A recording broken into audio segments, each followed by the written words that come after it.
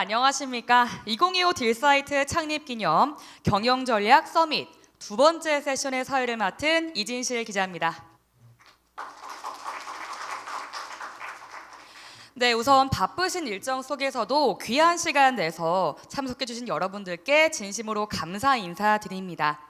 또 원활한 행사 진행을 위해서 갖고 계신 휴대전화는 전원을 끄거나 진도 모드로 전환해 주시면 감사하겠습니다. 네, 그럼 지금부터 2025 딜사이트 창립기념 경영전략 서밋 세션 2의 본격적인 막을 올리겠습니다.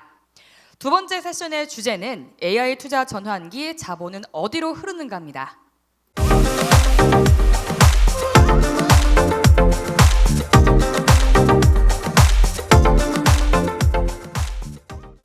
오후 첫 번째 기조 강연은 박재현 토스 이사님께서 AI 금융시대의 새로운 기준을 주제로 발표해 주시겠습니다. 박재현 이사님은 단상 위로 올라와 주시면 감사하겠습니다. 네, 우선 박 이사님은 현재 토스 신사업 투자개발실에서 AI 기반의 신뢰 가능한 금융생태계 구축에 속도를 내고 계십니다.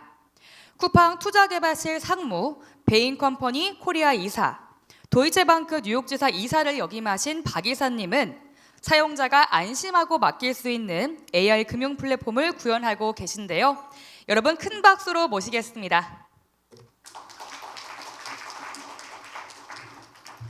네, 안녕하십니까. 토스에서 신사업과 투자를 담당하고 있는 박재현이라고 합니다.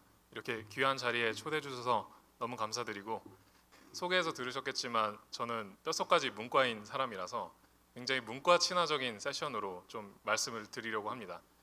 토스가 바라보는 AI 에이전트의 미래랑 그 세계에서 누가 승자가 될 것인가, 그 다음에 토스는 어떻게 대비를 하고 있는가, 이렇게 세 가지로 좀 말씀을 드리려고 하고요. 보통 이제 AI라고 얘기를 하면 다들 챗봇, GPT 뭐 이런 거를 좀 생각을 하실 거예요. 근데 에이전트는 무엇이냐라고 하면은 스스로 생각을 하고 계획을 하고 실행까지 맞춰주는 그런 챗봇의 진화된 버전이라고 생각을 하시면 됩니다. 간단하게 예를 들면 제가 제주도로 여행을 가고 싶은데 어디로 가야 할까라고 물어보면 보통 챗봇들은 뭐 제주도에 있는 어떤 맛집이라든지 이런 거를 얘기해 주는 반면에 에이전트 같은 경우는 저의 소득이나 뭐 저의 일정 이런 것까지 다 계산을 해서 비행기표까지 다 이제 끊어서 제가 결제를 할 수 있을 수준까지 만들어 주는 것을 에이전트라고 생각하시면 됩니다. 근데 이제 이 AI 에이전트도 제가 말씀드린 거는 궁극적인 에이전트의 모습이고요. 거기까지 가는 길이 좀 험난합니다. 그래서 이 진화를 결정하는 두 가지 축을 좀 생각을 해봤는데요. 첫 번째는 이제 과업 범위라는 게 있고요. 두 번째는 자율성이라는 게 있습니다. 이 과업 범위라는 게 뭐냐면 이 에이전트가 쓸 수 있는 많은 도구들의 종류, 양이라고 생각을 해주시면 될 것 같아요. 자율성은 무엇이냐? 이 에이전트가 정말 내가 내린 명령을 자기가 의식적으로 생각하고 옳은 결정을 내릴 수 있느냐 이겁니다. 간단한 예를 들면 어머니가 저한테 시장에 가서 두부를 사오라고 말씀을 하셨을 때 이 친구가 두부와 치즈를 구분할 수 있는 친구인가? 라는 거는 자율성이라고 봐주시면 될 것 같고, 제가 가서 결제를 현금으로 하냐 카드로 하냐는 과업 범위로 봐주시면 될 것 같아요. 이 두 가지 축으로 AI 에이전트들이 발전을 하고 있다고 저희는 보고 있고, 지금 현재 단계부터 궁극적인 단계까지 어떻게 갈지에 대해서 좀 말씀을 드려보겠습니다. 자, 이 축이 이제 있습니다. Y축이 자율성이고 X축이 과업 범위입니다. 지금 매크로라고 되어 있는 가장 이제 좌측 하단에 있는 AI 에이전트 형태는 단순 업무를 자동에서 반복화해주는 에이전트라고 생각하시면 될 것 같아요. 예를 들면 내일 아침 오전 7시에 알람 맞춰줘라고 했을 때 그걸 맞춰주는 에이전트, 그것도 에이전트라고 할 수 있습니다. 그 정도가 매크로 에이전트로 보이고요. 저희가 보는 이 발전 방향은요, 자율성으로 간다기보다는 과업 범위로 가고 있는 것으로 보고 있어요. 이게 무슨 말이냐면은 assistive, 인간 지시 기반 비서인데요.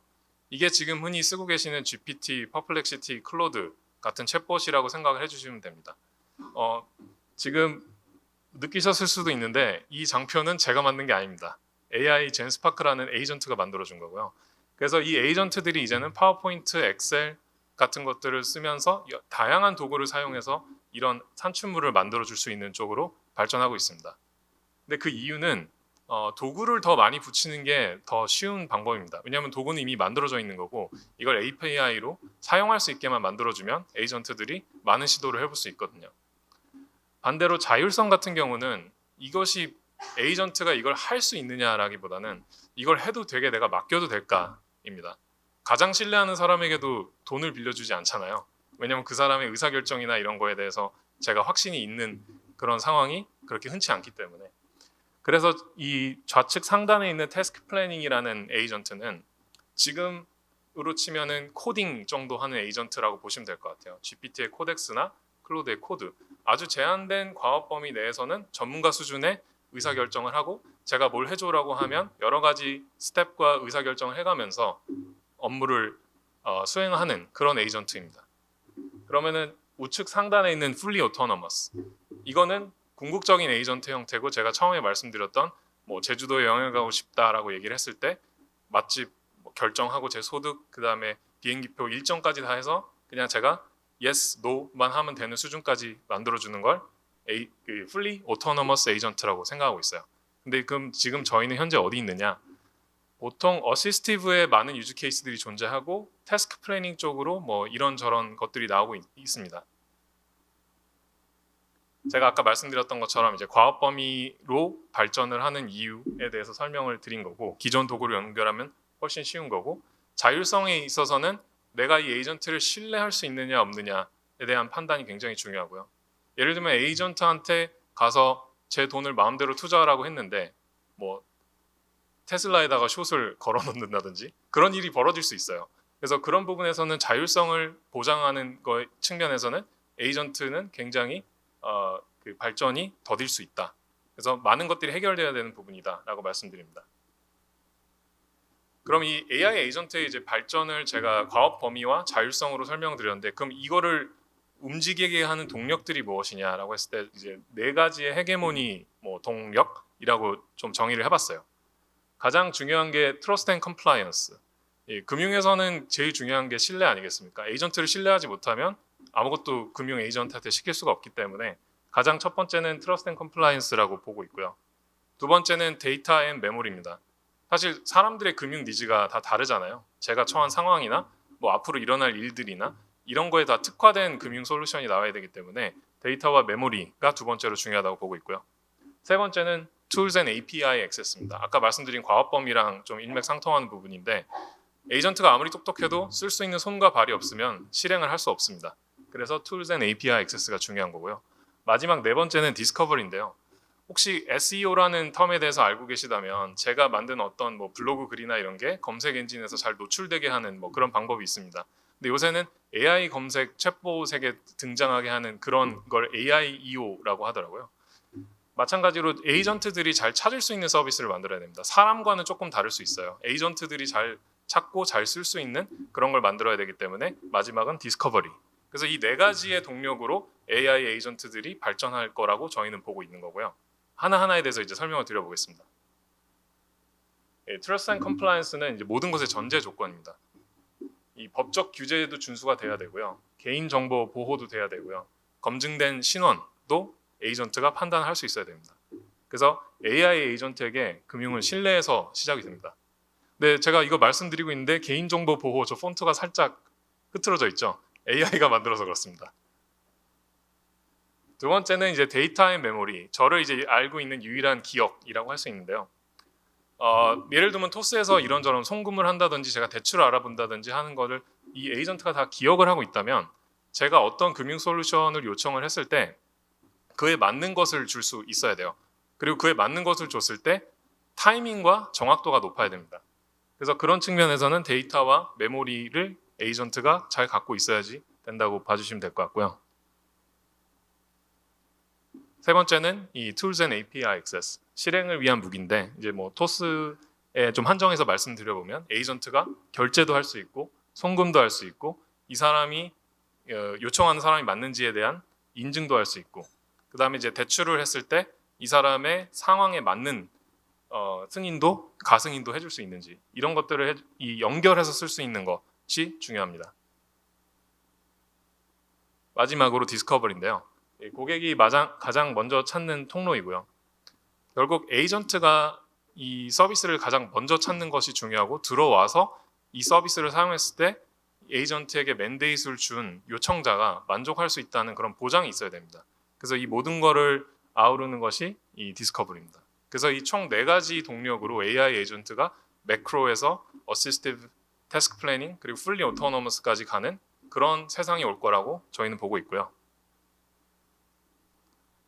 자, 그러면은 그 세상에서 이 승자가 될 수 있는 조건들은 뭐가 있을까를 좀 바라보면 저희가 보는 그 토스가 바라보는 그 AI 세계에서는 모델은 어떻게 보면 자원같이 좀 변하는 것 같아요. 예를 들면 뭐 식당을 제가 뭐 연다고 했을 때 전기료가 어디가 더 싼지를 가지고 경쟁하진 않잖아요. 그래서 전기 같은 그런 자원이 될 거라고 좀 보고 있는 거고, 그럼 궁극적으로는 이 여기서 승자가 되기 위해서는 고객 경험, 에이전트 경험과 데이터를 누가 가지고 있느냐로 보고 있습니다.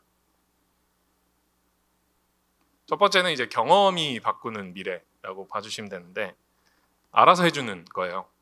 지금 이게 뭐 챗봇이라고 좀 생각을 해주시면 되고 먼저 에이전트가 저한테 물어보는 거죠. 뭐 이직하셔서 소득이 20% 증가한 것을 확인했습니다.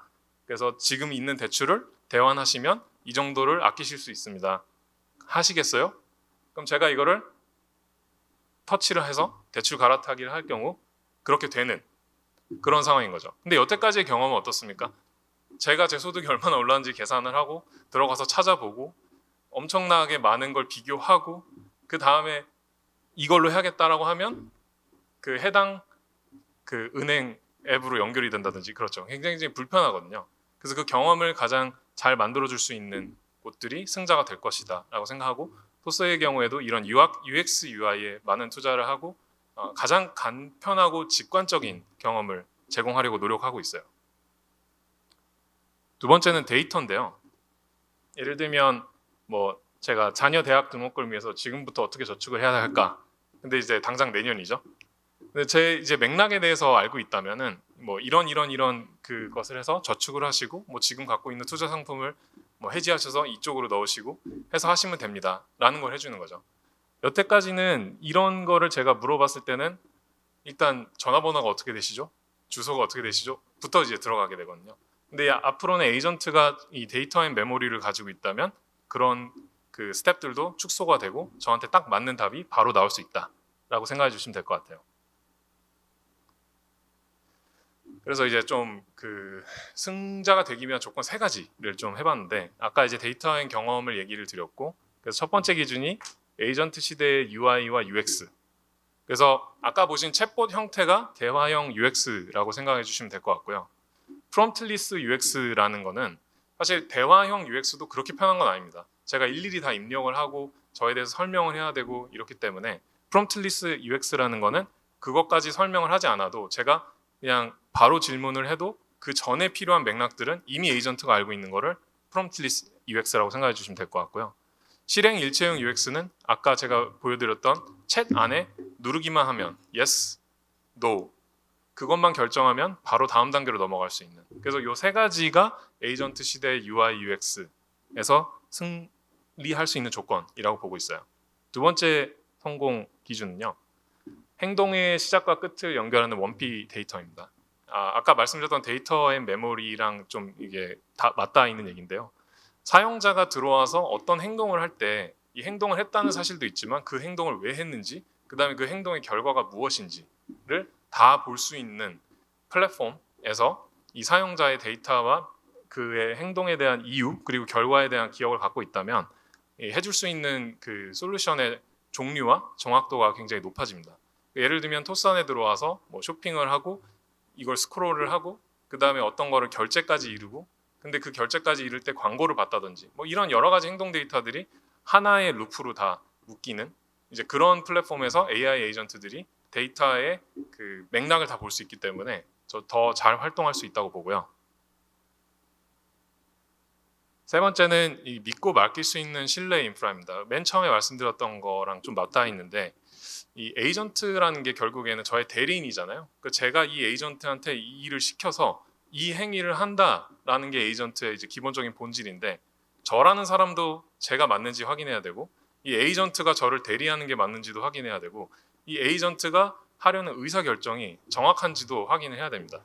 그래서 이건 아주 초기적인 부분인데 구글이나 뭐 이더리움 같은 데서 블록체인 기술을 이용해서 뭐 AP2라든지 이 에이전트가 결제를 할 수 있는 거에 대한 신원 보증, 이제는 Know Your Agent라는 텀이 좀 등장하기 시작해요. 그래서 이런 신뢰 인프라까지 갖춰야 에이전트가 모든 것을 정확하고 고객의 그 페인 포인트 해결해 줄 수 있는 방법으로 움직일 수 있다고 봅니다. 그래서 이 세 가지 기준에 대해서 말씀을 드렸고, 그럼 토스는 좀 어떻게 대비하고 있는지에 대해서 말씀드릴게요. 아까 앞에서 조금 말씀드렸는데 이 토스는 UX와 UI에 굉장히 강한 회사입니다. 써보시면 알겠지만은 다른 그 서비스에 비해서 조금 그 단계가 좀 더 적고 그다음에 더 직관적인 그런 특성이 있어요. 그 왼쪽에가 이제 보통 지금의 이제 금융 경험이죠. 뭐 대출을 한번 하려고 하면은 여러 가지 정보를 막 이렇게 얘기를 해야 되는 거고. 토스가 지향하는 금융 경험은 그런 거 다 없이 제가 얘기를 했을 때 저한테 맞는 솔루션이 나오고 그걸 실행하는 방안이 굉장히 짧은 단계로 할 수 있는, 그리고 그게 정확해서 제가 후회하지 않을 수 있는 그런 거를 지금 지향하고 있습니다. 두 번째는 이제 슈퍼 에이전트 워크스페이스라는 개념인데요. 이게 토스가 앱인 토스라는 서비스도 하고 있긴 합니다만 그 앱들이 이제 토스 안에 들어와서 저희의 3천만 유저들에게 그 자기의 서비스를 공개하는 뭐 그런 이제 그걸 하고 있어요. 그거랑 좀 유사한 개념일 수도 있는데 에이전트들이 토스 안에 들어와서 토스를 통해서 결제를 하고 쇼핑을 하고 자산 관리를 하고 한다고 하면 유저 입장에서는 토스를 통한 에이전트니까 안심하고 쓸 수 있다. 이런 게 느껴질 수 있는 게 이제 고객단에서의 가치가 있고요. 에이전트들 입장에서는 이미 들어갔을 때 데이터가 잘 갖춰져 있고 보안도 잘 돼 있고 에이전트가 뛰어놀 수 있는 이 굉장히 안전하고 재미있는 놀이터가 될 수 있다라는 측면에서 슈퍼 에이전트 워크스페이스로 지금 생각을 하고 있습니다. 그래서 아까 말씀드렸듯이 앱인토스라는 게 지금 현재 있고요. 토스 들어가 보시면 여러 가지 서비스들이 지금 들어와 있는데요. 에이전트들도 나중에 들어와서 토스 안에서 많은 활동을 할 수 있는 그런 거를 지금 미래로 보고 있습니다. 그리고 아까 말씀드렸던 이 트러스트 레이어인데 뭐 아시겠지만 토스가 보안에 굉장히 많은 투자를 하고 있고요. 그다음에 저희가 뭐 KYC, AML 이런 거는 그 수작업보다는 굉장히 머신러닝이나 이런 거를 통해서 굉장히 고도화시켜 놓은 차원이 있습니다. 그래서 에이전트도 마찬가지인 것 같아요. 그래서 저희는 최고의 신기술을 이용을 해서 에이전트 시대 그 신뢰와 보안을 만들어 나갈 계획을 하고 있습니다. 그래서 이제 토스에 대해서 조금 더 이제 그러면은 그 버드아이 뷰를 보여드리면서 에이전트 시대에 어떻게 이제 좀 준비를 하고 있는가를 말씀드리면 이 집이 이제 토스라고 생각해 주시면 될 것 같고 가장 밑에 있는 데이터 앤 인텔리전스 파운데이션이 아까 말씀드렸던 그 맥락을 가지고 있는 클로즈 룹 독자적인 데이터입니다. 바로 그 위가 Security and Trust Infrastructure, 아까 말씀드렸던 신뢰와 보안. 그 다음에 그 위가 애플리케이션과 API 서비스 레이어인데요.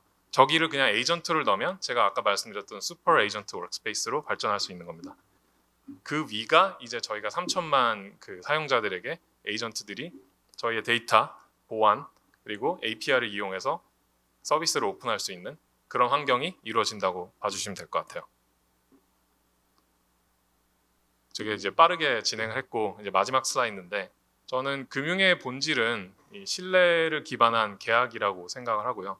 그래서 AI라는 게 결국엔 저희의 신뢰를 받는 이 인공지능이 아니라 Accompanied Intelligence라고 해서 동반지능으로 발전을 해야지만 저희가 꿈꾸는 AI 에이전트 세계가 오고 뭐 세상을 이롭게 할 수 있는 그런 기술이 될 수 있을 거라고 생각합니다. 그 토스가 가장 중요하게 생각하는 거는 그래서 고객의 편의도 있지만 그 편의는 결국 신뢰 바탕으로 이루어지는 거라고 생각하거든요. 그래서 앞으로 저희가 꿈꾸는 그 AI 에이전트 세계에서도 토스는 항상 신뢰에 투자를 하고 고객들의 편의와 최상의 서비스를 제공하기 위해서 노력하는 것으로 하고 이상 마치겠습니다. 감사합니다.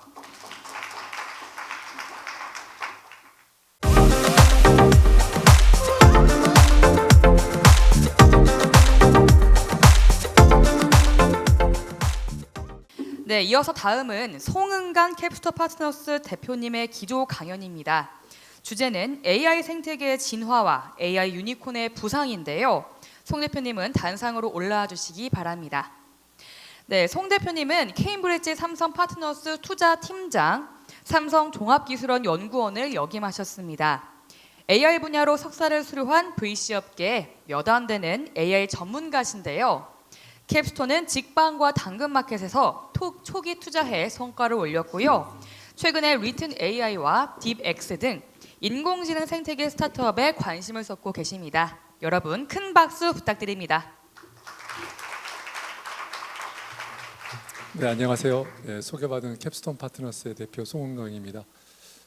제가 이거 강의를 응하고 너무 후회를 했습니다. 준비하면서.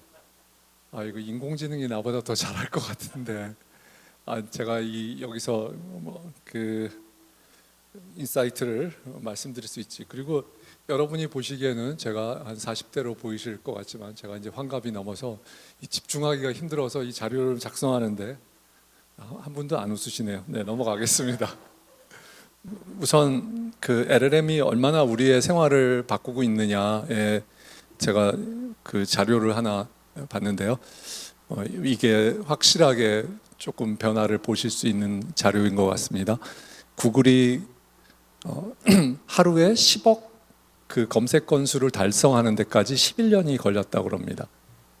그런데 챗GPT가 그 하루에 10억 검색을 달성하는데 불과 2년 만에 총 검색량에 도달했습니다. 그만큼 전 세계 8억 명의 유저를 가진 챗GPT가 우리 생활에 굉장히 많은 파고들었다는 걸 볼 수 있고요.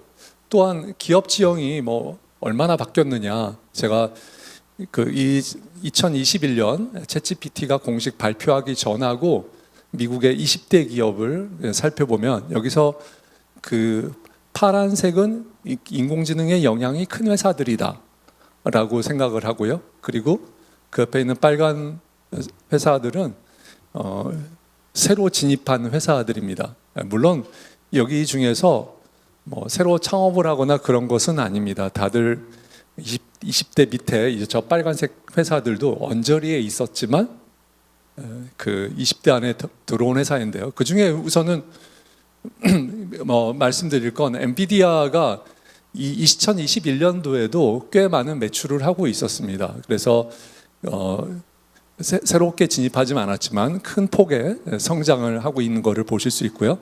브로드컴은 통신 칩이 전문이지만 최근에는 인공지능 칩을, 아까 우리 연사에서도 말씀하신 분이 계신데 인공지능 칩을 줌 의뢰를 받아서 만들어내고 있는 회사입니다. 그런 의미에서 브로드컴도 꽤 큰, 이 숫자상으로는 2021년 제가 11월 말로 잡았는데 대비 가장 큰 성장을 보여줬습니다. 그 다음에 최근에는 오라클이 원래는 사실 그 DBMS부터 어떻게 보면 지금까지 잘 변화에 응한 회사인데 최근에 스타게이트 프로젝트에 참여하고 이러면서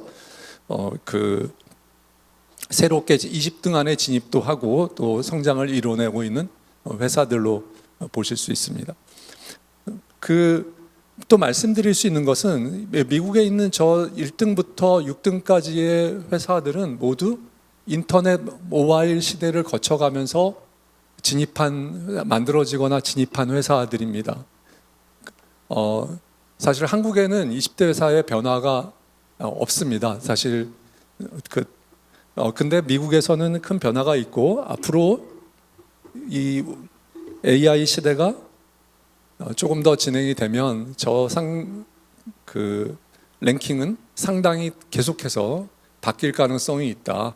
이 말씀을 드리려고 이 장표를 준비했습니다. 예, 그래서 시가총액 1위였던 애플이 엔비디아로 바뀌면서 한 2배, 1.45배 증가했고요. 그 다음에 브로드컴 이미 말씀드렸고 또 오라클도 이미 말씀을 드렸습니다. 국내에는 시가총액이 크게 성장한 22가 변동은 크게 없고요. 하이닉스가 HBM 때문에 83조에서 253조로 이제 국내 2위를 확실히 자리 잡게 되었다. 그래서 인공지능의 영향이 기업 순위 변동은 아니지만 하이닉스를 크게 성장시켰고요. 삼성전자의 최근에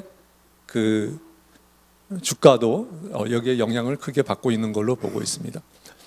그 대체 그러면 인공지능 시대의 발전 방향은 어떻게 가느냐? 여기 있는 모든 분들이 다 아시는 것처럼 그 인공지능의 첫 번째는 인프라스트럭처가 온다. 이거는 뭐 있고 그 다음에 에이전틱 AI와 피지컬 AI로 간다는 거에 대해서 오늘 하루 종일 내내 들으셨을 것 같습니다. 사실 이거에 대해서는 뭐 큰 변화가 없습니다. 그런데 한 가지 또 말씀드리고 싶은 것은 그 와중에 계속되는 AI 트랜스포메이션 시장이 있다. 그래서 이 말씀을 드리겠고요. 특히 AI 트랜스포메이션 시장에서 여러 회사들이 하고 있고요.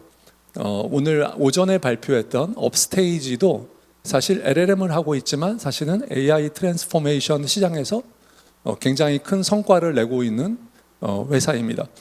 그 밑에는 사실 그 제가 좋아하는 메리 미커, 제가 메리 미커의 최근에 인터넷 AI 트렌드 리포트를 조금 인용을 했는데요. 이 사람이 처음 알려지게 된 것은 1995년도에 인터넷 리포트라고 하는 것을 써서 알려지게 되었습니다. 그 리포트에서 인터넷이 어떻게 발전하게 될 거냐라는 거에 대해서 인프라스트럭처로 왔다가 서비스 앤 소프트웨어가 그 다음에 오고 그 다음에는 컨텐츠와 애그리게이션으로 간다라고 주장을 했었습니다. 분명한 거는 저 에이전틱 AI는 굳이 비교를 한다면 서비스 시장이고요.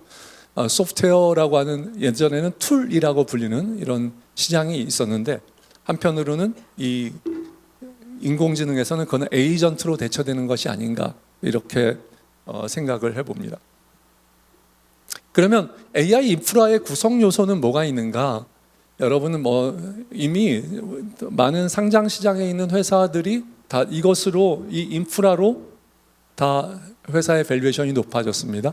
하드웨어, GPU 팜, 전력, 냉각, 메모리 그리고 클라우드에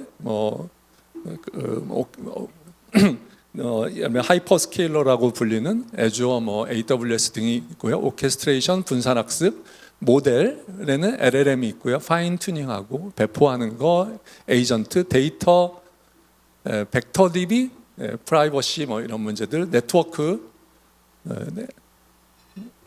그리고 운영에 관한 것들, 거버넌스에 관한 것들 이런 것들이 AI 인프라에 해당하는 것들이죠. 이미 시장에서 크게 인정받고 있고요. 앞으로 이 인프라 시장은 계속해서 간다.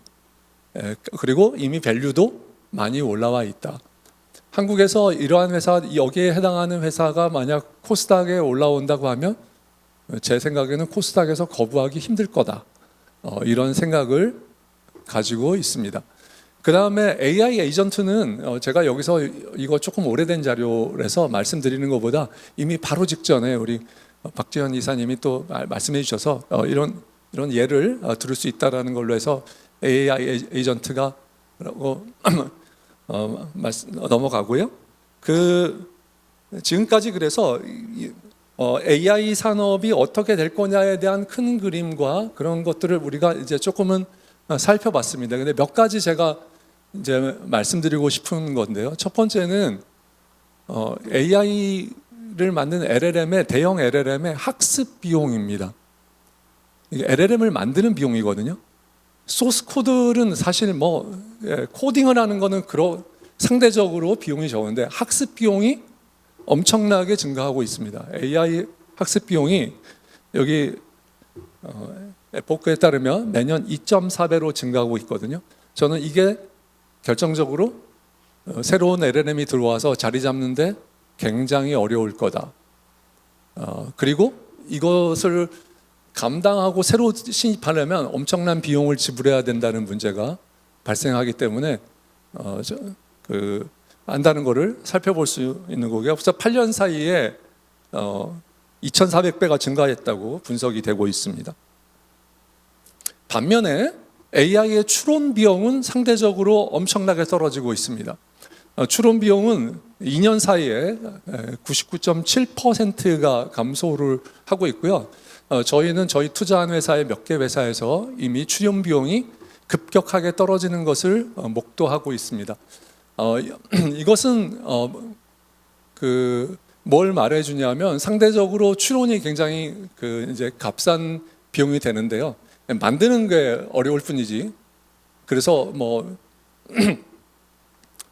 그거를 사용하는 데 있어서 부담은 좀 줄어낼 거다. 그렇지만 이 0.3%도 기존에 있는 IT 시스템에서는 정말 원가를 따질 수 없을 정도로 쌌거든요. 그래도 이거 모든 사람에게 제공하는 것.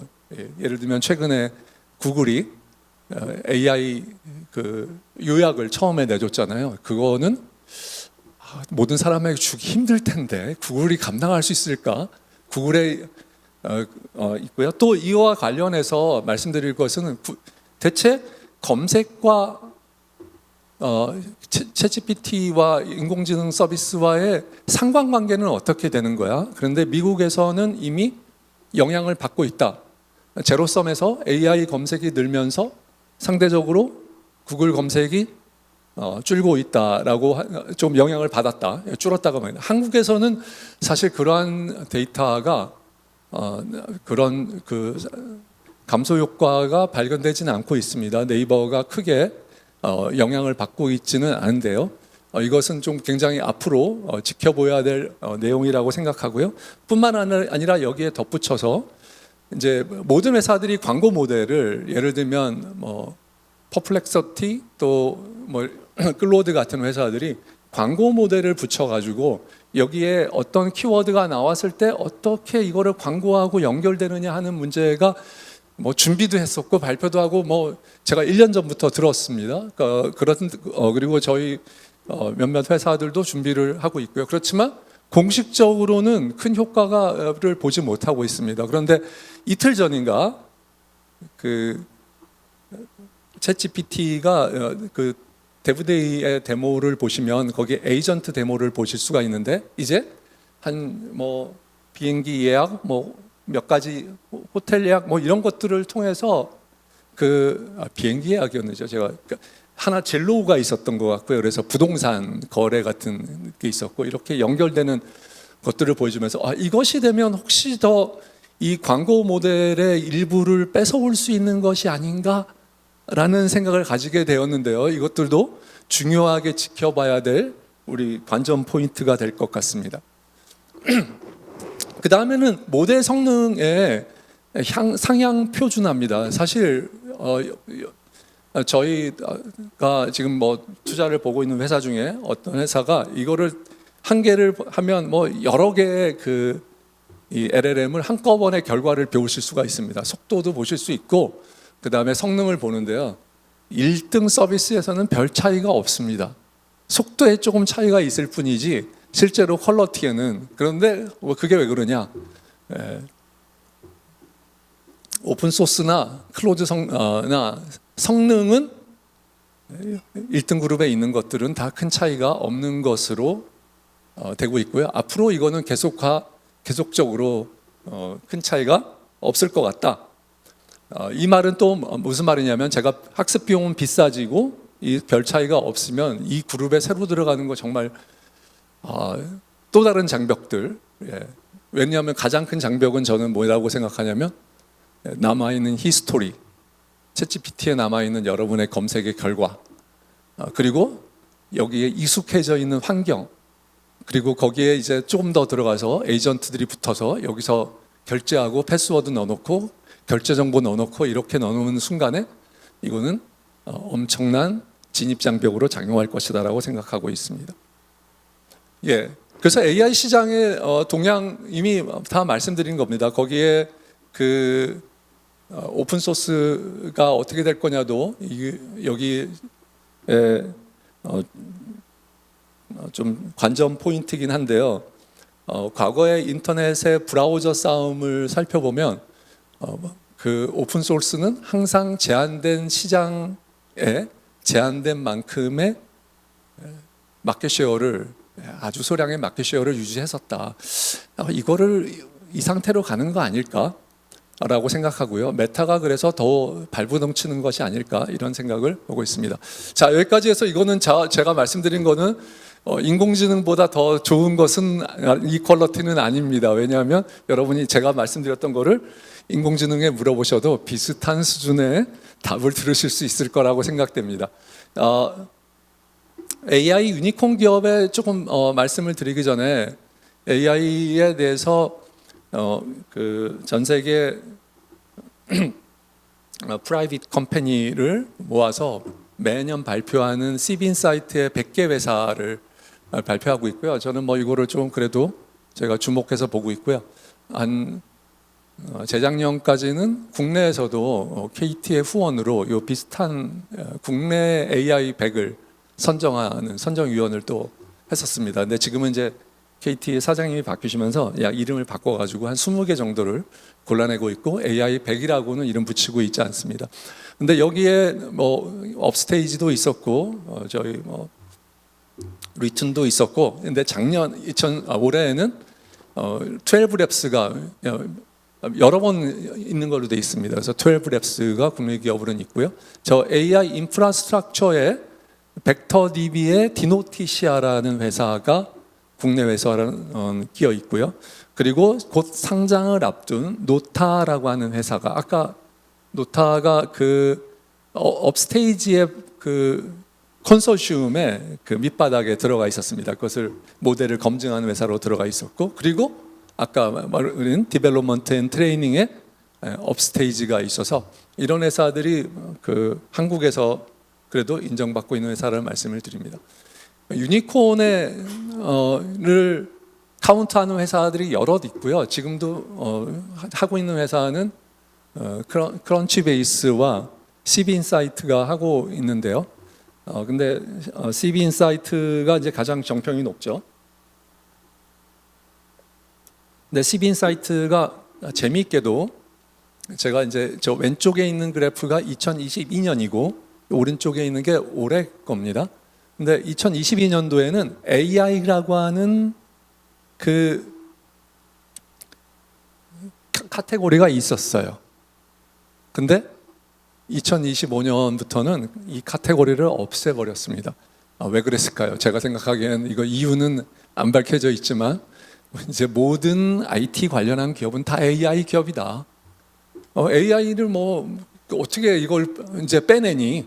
이제 그건 말이 안 된다 생각하고 AI 분야에 있던 거와 저 인터넷 소프트웨어에 상당하는 회사들을 묶어서 엔터프라이즈 테크 기업에게 제가 엔터프라이즈 테크 있고요. 대부분의 엔터프라이즈 테크 안에 우리가 알고 있는 AI 기업들이 다 분류가 되어 있습니다. 그래서 보면은 그 2022년도에 1182개에서 2025년도 1317개인데요. 핀테크 분야도 비슷비슷하죠. 인터넷 소프트웨어 서비스 분야는 상대적으로 이게 이제 합쳐져서 좀 이걸 발라내기는 조금 어렵습니다. 전자상거래 분야는 좀 많이 늘었습니다.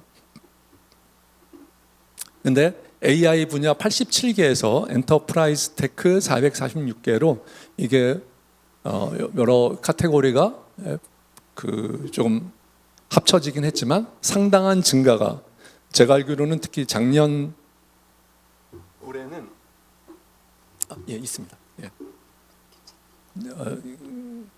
그 AI 분야만 엄청나게 투자금이 계속되고 있습니다. 사실 그리고 AI를 제외한 다른 분야에는 투자 금액이 적게는 20%가 줄고요, 많이 주는 데는 50% 이상의 금액이 줄었습니다. 그런 의미에서 이 엔터프라이즈 테크의 AI 분야 때문에 이 유니콘이 엄청 늘고 있다라는 말씀을 드리고요. 이게 미국의 그 아까 말씀드린 CB인사이트에서 1등부터 20등을 저희가 골라낸 겁니다. 그래서 오픈 AI, 엔트로픽, XAI, 퍼플렉서티, 미스트랄 요 5개 회사는 아까 말한 제가 말씀드린 인프라에 들어가는 모델 회사들입니다. 이런 모델 회사들은 상단을 차지하고 있고요. 이런 회사들이 오픈 AI는 이미 삼성전자의 밸류에이션을 앞서 있다. 가고 있고요. 그런데 이제 한 가지 말씀드릴 것은, 그렇다고 해서 이 회사 가치가 뭐 객관적인 가치 같은 거를 따지는 저는 상장하면 오픈 AI는 저 가치가 안 나온다고 생각합니다. 지금 현재는 저기에 투자한 사람들은 어떤 생각을 갖고 있어요? 아주 소수의 투자자죠. 돈을 많이 운영하는 투자자들이 여기에 투자하면 내가 이거보다 더 큰 밸류에 높은 밸류에이션으로 상장이 되거나 앞으로 3년이나 4, 5년을 기다리면 그리고 훨씬 더 크게 성장할 것이다라고 믿고 있다고 하고 있고요. 저는 오픈 AI가 그럴 가능성이 굉장히 높다라고 생각을 하고 있습니다. 여기에 아까 우리 한상기 박사님이 얘기한 수축해버가 한 세이프 슈퍼 인텔리전스라고 하는 회사도 7등했고요. 여기 중에 상당수가 제가 이거를 말씀드린 이유가 뭐냐면 상당수가 만들어지면서 유니콘입니다. 이게 이제 저희 회사는 우리 한 30등 정도 되고요. 우리 벤처 캐피탈 업계에서 중소형사에서 조금은 그래도 뭐 중형사 정도 되는 규모인데 저희 같은 회사를 슬프게 만드는 일입니다.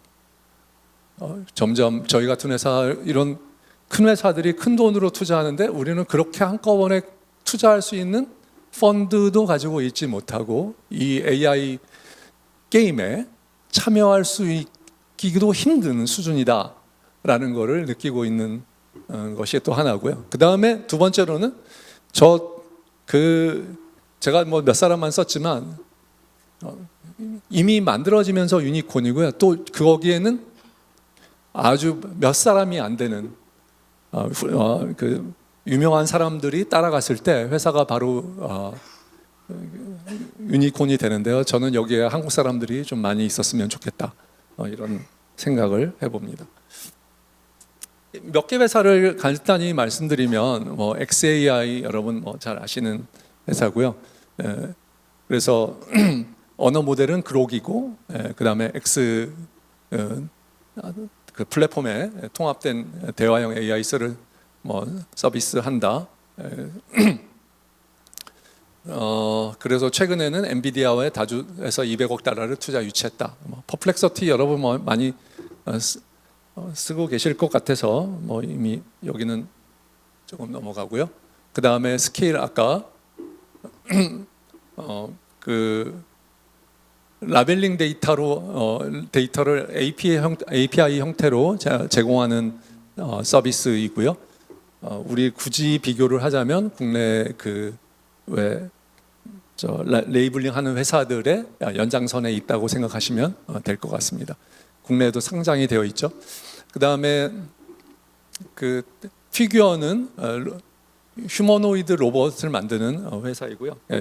제가 말씀드리진 않았지만 피지컬 AI의 대표적인 두 애플리케이션을 들으라고 그러면 자율주행 자동차와 휴머노이드가 되겠죠.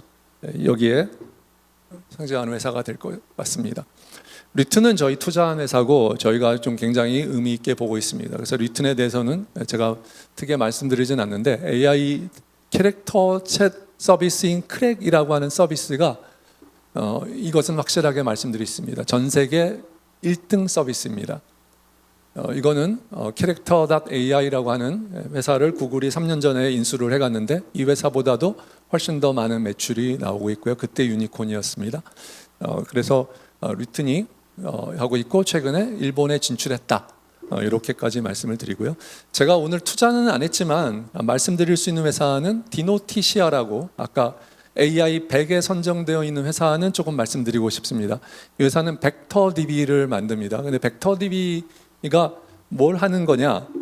그냥 말씀드리면 여러분이 보통 파인 튜닝이라고 불리는 거를 하게 되면 LLM에 붙어서 내 회사의 무언가를 거기에 열려서 연결하는 거를 RAG라고 RAG라고 불리는데요. 그 RAG를 하게 되고요. 그럴 때 파일 같은 거를 잔뜩 올렸을 때 이 파일이 내가 이 사람이 지금 묻는 거하고 연관성이 있는 거야 하는 걸 하려면 문장 단위이든 또는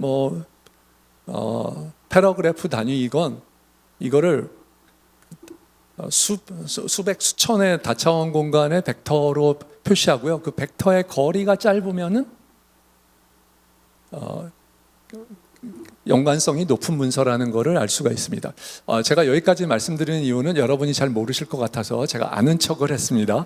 예, 그래서 이 벡터DB가 기업용 소프트웨어, 기업용 LLM을 가져가 응용하는 데는 굉장히 중요한 컴포넌트입니다. 그거를 이 디노티시아는 소프트웨어를 일단 만듭니다. 근데 소프트웨어는 퍼블릭 도메인에도 있고 오픈 소스로 공개된 것들이 있고요. 이거를 약간 또 프라이빗하게 만들어서 하는 회사들이 있는데요. 그런데 디노티시아가 제가 여기에 포함돼 아까 우리 AI 100에 포함되어 있는 이유는 뭐냐면 하드웨어도 같이 만들려고 합니다.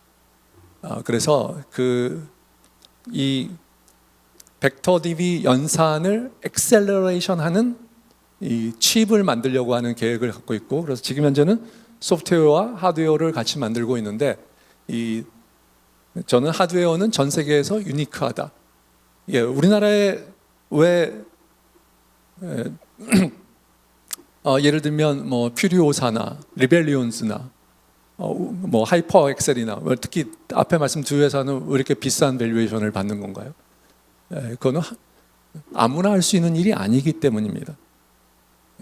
칩을 만든다는 건 아무나 할 수 있는 일이 아니고요. 그런 의미에서 이 디노티시아의 그 칩도 이게 이제 우리가 좀 더 지켜봐야 되겠지만 전 세계적으로 가장 지금 현재는 혼자입니다. 이 칩을 만들겠다고, 이거를 엑셀러레이션하는 칩을 만들겠다는 것에 대해서는 유니크하다. 그런 면에서 크게 인정하고 싶고 그거를 할 수 있는 사람들이라고 저희는 판단하고 있습니다. 예, 노타는 뭐 상장을 앞두고 있고요. 트래블랩스도 굉장히 저는 의미가 있는 회사라고 생각합니다. 너무 굉장히 어려운 문제를 풀고 있는데 이 비디오를 보고 비디오 안에서 경찰이 지금 경찰에 있는 바디캠에 붙어 있는 카메라예요. 근데 강도가 와가지고 때렸습니다. 그 때리는 장면이 어디서부터야? 언제부터야? 몇 대를 맞았어? 이런 것들을 검색을 하기 되게 어렵거든요. 이러한 문제를 풀고 있는 회사다라고 생각하시면 됩니다. 그래서 트래블랩스가 굉장히 어려운 문제를 풀고 있고요. 바라기는 국내에서 이렇게 조금은 어렵고 남들이 좀 도전적인 문제를 푸는 스타트업들이 많이 나왔으면 하는 바람입니다. 예, 제가 여기까지 해서 제 말씀을 마치고 저희 회사를 그래도 소개를 드리고 가야 되겠죠. 저희 회사 잘 모르실 테니까. 저희 회사는 투자 철학은 세상을 바꾸는 것은 기업가라고 믿고 있고, 기업가는 기업 밖 세상의 변화를 인지하고 기회를 발견해서 혁신을 만드는 사람으로 믿고 있습니다. 저희는 어떤 사람을 투자하느냐? AI 기술이 좋은 회사, 예, 기술도 좋아야 되겠죠. 그렇지만 저희는 기업가를 찾고 있고 기업가에 투자를 하고 있습니다. 저희 캡스톤 기업 가치의 유니콘은 저희 두나무, 당근, 컬리, 버킷, 샌드버드, 직방, 파두, 에이블리, 리벨리온즈 등이 있는데 이 중에 당근, 컬리, 샌드버드, 직방, 파두, 에이블리 등은 저희가 초기 투자를 한 회사들입니다.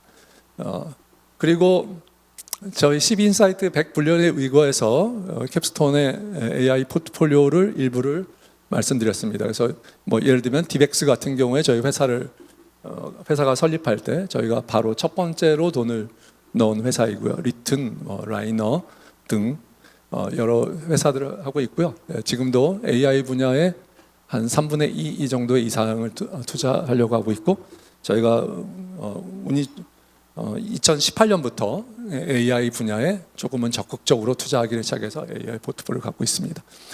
마지막으로 캡스톤이 이제 지난 플랫폼 시대에 투자를 많이 했는데요. 우리 캡스톤인의 하루로 저희 회사를 소개를 마치겠습니다. 캡스톤인의 하루는 아침에 일어나서 업비트로 장을 확인하죠. 확인했더니 다 파란색이에요. 아이고, 오늘 죄송합니다. 조졌네. 그래서 마음을 가다듬고 마켓컬리에서 지분 다 정리했습니다. 컬리에서 배달 온 아침 식사를 시작하고요. 한달어스의 한 달 달리기를 실천하십니다. 그리고 나서 지하철역에 내렸는데 여러 색깔의 모빌리티가 있지만 노란색으로 된 싱싱이를 타시고 출근을 하십니다. 그리고 자리에 앉아서 오늘의 헤드라인 유닉을 통해 오늘의 뉴스를 죄송합니다. 대표님, 오늘의 뉴스는 딜 사이트로 해야 되는데 이게 이제 딜 사이트로 바꾸겠습니다. 딜 사이트도 저희 포트폴리오인데, 그래서 오늘의 헤드라인은 망했고요. 유닉으로 뉴스를 정하고 점심은 고피자에서 1인용 피자를 드십니다.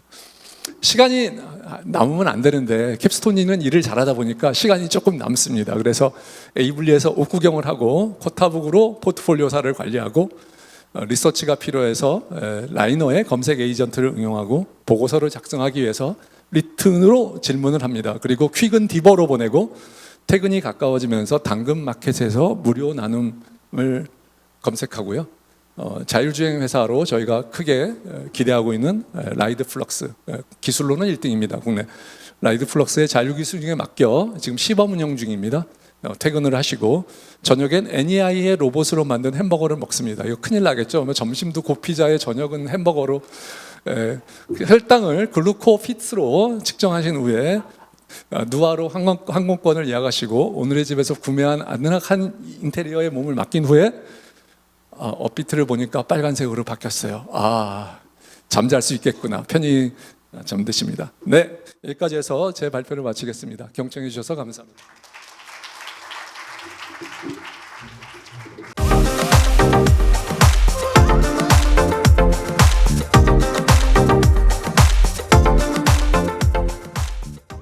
네, 다음은 임찬양 노을 대표님의 특별 강연입니다. 주제는 의료 AI 현황과 또 AI 솔루션의 미래인데요. 임찬양 대표님은 단상 위로 올라와 주시면 감사하겠습니다.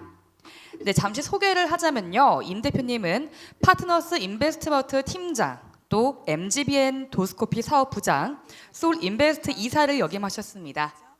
노을은 인공지능 기반 진단 플랫폼 기업으로 글로벌 공공조달 시장 진출 과정에서 게이트 재단과 논의를 이어가고 있습니다.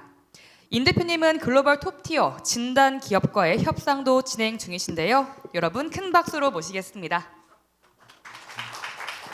네, 안녕하십니까. 저는 노을의 대표를 맡고 있는 임찬양입니다.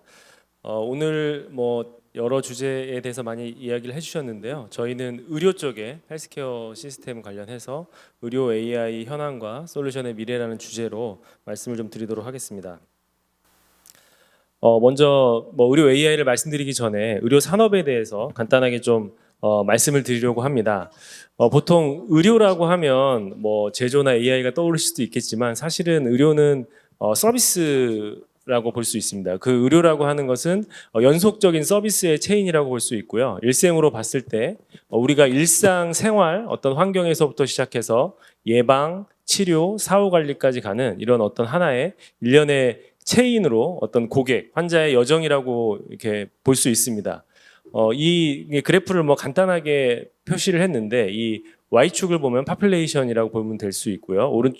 X축을 어떤 비용이라고 이렇게 놓고 보면 우리가 일상에서 하는 어떤 생활과 환경에서 그 건강을 유지하려고 하는 인구들이 이제 가장 많은 인구를 차지하게 되고 그 뒤에 예방이라고 하면 백신을 맞는다든지 이런 게 될 수 있고요. 조기 검진을 한다든지 그 이후에 발병이 되면 치료하고 치료를 하게 됐을 때는 의약품을 통해서 약으로 고치든지 약으로 안 되는 거는 이제 의료기기를 통해서 고치게 되고 치료 이후에 사후 관리하는 이 과정을 이제 겪게 되는데요. 점점 오른쪽으로 갈수록 파퓰레이션은 줄어들게 되고 이제 코스트가 증가하는 이런 이제 산업 구조를 갖고 있습니다. 그래서 일상과 어떤 예방에서 많은 인구와 낮은 비용을 말씀드릴 수 있고 치료와 사후 관리로 가게 되면 적은 인구와 높은 비용. 그래서 앞단에서의 가치가 큰 활동을 하게 되면 뒤에 있는 코스트를 많이 절감할 수 있는 이런 산업 구조입니다. 저희가 속해 있는 진단 산업은 이제 메디칼 디시전, 의료의 어떤 판단을 하기 위해 필수 요소입니다. 전체 판단을 하기 위한 한 70% 이상이 이제 진단을 통해서 판단을 하게 되고요. 이 일상에서부터 사후 관리까지 의사결정을 하기 위한 데이터를 제공하는 분야를 이제 저희가 속해 있습니다. 그래서 주요 산업을 조금 더 이제 글로벌 회사 중심으로 이렇게 풀어보면 일상과 예방 쪽에 있는 회사들은 상당히 아직까지 찾기가 좀 어려운 상황이고 주로 치료 쪽에 의료기기 쪽 그리고 이제 진단 쪽에 우리가 알고 있는 대부분의 큰 회사들이 여기에 많이 속해 있습니다. 보면 로봇 수술이라든지 임플란트라든지 어떤 MRI, 엑스레이, CT와 같은 진단 회사들이 전반적으로 여기에 속해 있는데요. 기존의 현재 의료 산업을 보면 의료기관에서 주로 의료 서비스가 이루어지기 때문에 의료기관과 연관이 되어 있는 치료와 진단이라고 하는 분야가 가장 이제 활성화되어 있고 이쪽에 이제 시장의 주요 플레이어들이 많이 집중되고 있고요. 국적으로 보면 주로 이제 뭐 한국에도 좋은 회사들이 있지만 글로벌 플레이어들은 미국과 유럽을 중심으로 해서 치료와 진단 중심의 이런 의료 체계가 현재 유지되고 있습니다. 그래서 의료 산업에서 가장 이제 현재 중점적으로 좀 관심 있는 분야를 말씀을 드리면 일단 의료비 관련된 분야가 이쪽 산업에서 가장 큰 이슈로 지금 많이 대두되고 있는데요. 일단 선진국 같은 경우는 노령화로 인해서 의료비 증가 추세가 굉장히 빠르게 되고 있습니다. 이미 우리나라 같은 경우도 이제 10%의 GDP 대비 10%에 육박하고 있고 주요 선진국이 전반적으로 다 10%가 넘는 상황인데 지금 이게 이제 시작이라는 거가 가장 핵심입니다. 그래서 우리나라 건강보험 2023년 기준으로 봤을 때 65세 이상 의료비가 한 절반 정도 차지하는데 이 인구는 한 17%, 18%밖에 되지 않습니다. 근데 이 인구가 굉장히 빠르게 늘어나고 있기 때문에 GDP 대비 의료비 비중이 굉장히 좀 높아질 거로 다들 예상하고 있고 이런 의료비 증가가 경제적인 부담을 굉장히 가중하고 있는 게 현재 이제 선진국의 가장 큰 이슈고요. 중저소득 국가 같은 경우는 의료보험 제도들이 빠르게 도입되고 있습니다. 뭐 예를 들면 인도네시아나 베트남이나 필리핀 같은 경우는 뭐 90% 이상으로 이제 빠르게 의료보험이 시작이 되고 있고 심지어 아프리카 같은 국가에서도 70에서 80%까지 의료보험이 이제 확대가 되면서 국가적으로 계속적으로 이제 헬스케어에 대한 투자를 확장하려고 하고 있습니다. 전반적으로 전 세계적으로 비용이 증가할 수밖에 없는 이런 구조에 지금 속해 있습니다. 두 번째 말씀드릴 수 있는 부분은 이제 의료 격차를 좀 말씀드릴 수 있는데요. 일단 뭐 진단에 있어서 재정에 있어서 인력에 있어서 이제 삼중 격차라고 표현을 하는데 뭐 세계적인 자료를 살펴보면 전 세계적으로 진단에 접근할 수 없는 진단의 어떤 의료 서비스에 접근할 수 없는 인력이 절반 정도 된다고 말씀을 드립니다. 이 필수적인 진단 서비스라고 하는 거는 내가 죽고 사는 문제에 가까운 굉장히 필수적인 상황에서도 의료 서비스에 접근하지 못하는 어떤 전 세계 인원이 절반 정도 되고요. 또 구체적으로 좀 요약을 하더라도 한 25억 명 정도가 특히 고소득 국가에서도 한 7억 명 정도 되고 중저소득 국가의 18억 명 정도가 아직도 양질의 의료 서비스에 이제 접근하지 못하는 이런 의료 격차들이 계속 확대되고 있습니다.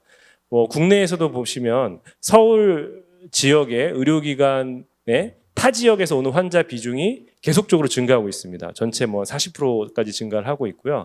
원정 수술하는 비중도 계속 늘어나고 있고 전문의 수 같은 경우도 수도권과 비수도권의 격차가 이제 계속적으로 확대되고 있고요. 그리고 중저소득 국가 같은 경우는 여전히 선진국의 여러 발전에도 불구하고 극빈 상황에서의 어떤 의료 재난적 의료비 뭐 이런 것들로 인해서 굉장히 악화되는 것들이 이제 반복되고 있어서 이런 의료 격차를 해소하는 것도 굉장히 중요하게 생각을 하고 있는 요소입니다. 이런 상황에서 이제 AI도 등장하고 여러 이제 새로운 트렌드들이 이제 아까 말씀드린 대로 이런 어떤 비용 절감의 이슈라든지 이런 것들을 통해서 나오게 되는데요. 일단 가장 빠르게 변화되고 있는 것 중에 하나는 소비자 중심의 의료입니다. 아까 기존 전통적인 의료 구조에서는 병원에서 일어나다 보니까 병원의 어떤 치료 진단 장비 그리고 진단 장비 위주의 이제 시장이 있었는데 점점 소비자에 가까운 쪽으로 아까 첫 장에서 봤듯이 파퓰레이션이 더 많은 쪽으로 이제 의료가 점점 이동하고 있습니다. 그거는 파퓰레이션이 많아지는 측면뿐만 아니라 조기에 비용을 절감할 수 있는 이런 부분들이 있고 또 소비자 입장에서 굉장히 편의성이 증대하는 이런 방향으로 좀 이동이 되고 있습니다. 그래서 치료 중심에서 예방과 조기 진단 중심 그리고 기존의 의료기관 중심의 어떤 서비스에서 소비자 환자 중심으로 이제 트렌드가 이제 변화되고 있습니다. 일례를 들으면 미국의 이제 가장 큰 진단 랩 체인이 과거에는 병원에서 오는 샘플을 받아서 이제 진단을 했던 이런 것들이 약국 월그린이라고 하는 약국 체인에 들어오기 시작했습니다. 그래서 미국에 가면 약국에서 본인이 체열을 해서 바로 혈액 검사를 받을 수 있는 이게 두 가지 측면이 다 있는데요. 비용적인 측면에서 의사를 안 보고 이제 처방을 받을 수 있기 때문에 미국의 의료 아시겠지만 의사를 한번 보는 코스트가 굉장히 많이 나오는데 그 코스트를 절감할 수 있고요. 소비자 측면에서 결과도 빨리 받고 훨씬 가까운 지역에서 진단할 수 있는 이런 소비자 중심으로 바뀌고 있고요. 뭐 최근에 아마존 같은 데는 약국 키오스크 같은 것들이 생기고 있습니다. 그래서 처방전을 받아서 병원에서 뭐 약국에 가지 않고도 온라인이라든지 이런 키오스크를 통해서 뭐 택배로 약을 받는다든지 이런 쪽으로 발전을 하고 있고요. 뭐 최근에 이제 게이츠께서 이제 방한을 하셔서 저희 회사도 이제 같이 초대를 받았었는데 거기서 가장 핵심적인 AI 사업 중에 하나로 꼽은 게 이제 아프리카 지역에서 AI 원격 진료 사업입니다. 그래서 AI를 전화를 통해서 아프리카에 있는 AI 서비스를 전화를 하면 어떤 의료 서비스를 내가 가야 되는지, 이거 병원에 가야 될 상황인지, 어떤 치료를 해야 되는지, 아까 의료 접근성이 굉장히 부족한 국가에 AI가 활용되는 굉장히 좋은 사례로 이제 가고 있고요. 뭐 국내 기업도 많지만 글로벌 기업들로 말씀을 드리면 그러다 보니까 이제 환자의 접점이 있는 쪽에 AI 회사들이 점점 발전하고 있습니다. 진료 예약을 한다든지 원격 진료를 한다든지 뭐 조기 검진을 한다든지 정신 건강을 한다는 이런 쪽에 점점 소비자와 가까운 쪽에 시장이 계속적으로 열리고 있습니다. 두 번째는 이제 그래서 이제 아까 말씀드린 대로 이제 비용적 측면, 이 구조적 측면에서 의료 AI가 효용성이 높아지고 있다고 이제 말씀을 드릴 수 있는데요. 일단 AI의 가장 큰 장점은 인건비 같은 어떤 자동화를 통해서 인건비를 줄일 수 있다는 측면, 이 부분을 일단 먼저 강조하고 싶습니다. 아까 앞전에서 봤듯이 의료의 지금 가장 핵심적인 문제사항인 비용과 관련된 부분인데요. 이 비용의 70% 정도가 인건비와 인프라 투자에서 발생을 하고 있습니다. 근데 이 비용을 줄일 수 있는 굉장히 좋은 툴로서 이제 AI가 등장하게 됐고, 이런 의료 AI의 등장은 사실은 전문의를 대체하는 수준까지 지금 와 있습니다. 특히 이 진단에 있어서는 전문의가 진단할 수 있는 파트가 크게 두 가지로 나눌 수 있는데요. 하나는 영상의학 쪽, 엑스레이, MRI, CT, 초음파 같은 이런 엑스레이를 과거에는 영상의학 전문의가 이제 판독을 하는 것들이 이제 AI로 점점 대체되고 있고요. 다른 하나는 이제 저희가 속한 분야인데 이게 이제 조금 더 최근에 더 이제 발전하고 있는 분야입니다. 진단검사 의학이라고 해서 단순한 이제 디지털 이미지만 분석하는 게 아니라 혈액과 어떤 암 조직과 같은 이런 더 심화된 단계의 진단도 AI가 기존의 진단검사 의학 전문의가 했던 것들을 이제 AI가 이렇게 진단하는 쪽으로 발전을 하고 있고, 사실상 이 영상만 보고 진단하는 이 하나로만 놓고 보면 사실은 AI 쪽이 훨씬 더 지금 성능이 좀 잘 나오고 있습니다. 근데 아이러니하게 이제 의료라고 하는 것들이 어떤 의사가 컨센서스를 이루는 어떤 학회라든지 이런 것들을 중심으로 기준점이 설정이 되기 때문에 이 절대값이 아니라 의사라고 하는 골드 스탠다드가 기준점이기 때문에 의사랑 비교하니까 AI가 지금 성능이 조금 떨어질 수도 있고 이렇게 뭐 표현이 되긴 하는데요. 실제적으로 블라인드로 만약에 검사를 하게 되면 특정 분야에는 이미 의사보다 훨씬 더 높은 성능을 내는 수준까지도 AI가 많이 발전해 가고 있습니다. 그래서 뭐 글로벌 주요 기업들을 보시면 AI로 정밀의료나 응급 혹은 디지털 병리, 판독, 심장 모델 이런 것들을 하는 AI 회사들이 이미 많이 상장이 되어 있고 좋은 평가를 받고 있습니다.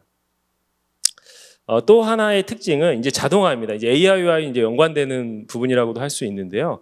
이제 자동화를 통해서 인건비나 인프라 투자를 이제 줄이고 있습니다. 사실 미국의 랩콥이라는 그 랩이 미국 전체 진단의 한 30% 정도를 차지하고 있는데요. 실제 이 랩을 가서 보시면 과거에는 노동집약적인 이런 환경에서 완전히 로보틱스와 이런 자동화 라인으로 전체가 다 바뀌었습니다. 그래서 사람이 사실 접근하기 힘든 수준의 산골짜기에 헤드쿼터에 랩이 들어가 있고, 아까 말씀드린 그런 전문의들이 상주에서 검사를 낮에 하는 것이 아니라 밤에 전부 다 그 기계들이 모든 결과를 내고 사람은 컨펌만 하는, 낮에 컨펌하는 수준으로 이렇게 돌아가는 수준으로 바뀌고 있고, 이제 차후에는 사람도 출근하지 않고 아예 AI로 판독이 되든지 원격으로 하는 방식으로 이거를 바꾸려고 하고 있고요. 이제 로보틱스, 아까 피지컬 AI 말씀드렸는데 이런 것들도 계속적으로 이제 이쪽 시장에서도 바이오나 헬스케어 시장에서도 계속적으로 인건비 절감을 위한 노력으로 나오고 있습니다. 근데 아직까지 피지컬 AI가 많이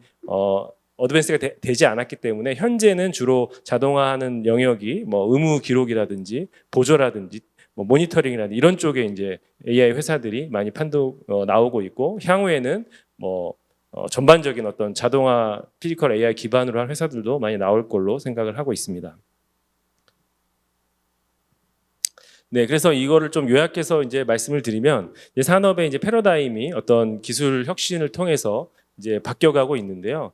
현재의 어떤 중앙 집중적, 그러니까 병원 중심의 공급자 중심의 의료 시스템에서 일단 혁신 기술, 바이오의 새로운 기술이라든지 로보틱스라든지 AI라든지 이런 혁신 기술이 등장함으로써 이제 기존의 중앙 집중화된 의료 시스템을 벗어나는 확산형인 어떤 소비자와 환자 중심의 의료 시스템으로 이게 전반적으로 전환될 것으로 예상하고 있습니다.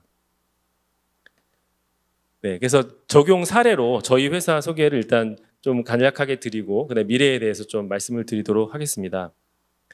뭐 저희 회사는 창업한 지 한 10년 정도 됐고요. 현재 한 138명 정도 있고 2022년 3월에 이제 기술성 평가로 코스닥을 상장을 했습니다. 그래서 저희가 이제 아까 해결하고자 하는 문제는 일단 의료기관, 그다음에 의료 소비자, 의료 시스템 측면에서 진단 인프라나 인력 없이 그리고 소비자에게 굉장히 높은 접근성을 제공할 수 있으면서도 비용을 줄일 수 있는 이런 어떤 세 개의 요소를 다 만족시킬 수 있는 이런 솔루션을 만들고자 이제 설립된 회사고요. 이 솔루션을 저희가 마이랩이라고 하는 이런 플랫폼으로 완성을 했습니다. 그래서 진단 인프라나 인력 없이 언제 어디서나 혈액과 암 진단이 가능한 경제적인 솔루션을 저희가 제공을 하는 걸 목표로 하고 있습니다. 그래서 기존의 진단이나 의료 시스템에서 반드시 필요한 이제 실험실 인프라, 대형 장비, 전문 의료인을 어떤 바이오 기술과 하드웨어, 자동화 하드웨어, 그리고 AI 인공지능을 융합한 이 세 개를 융합한 기술을 통해서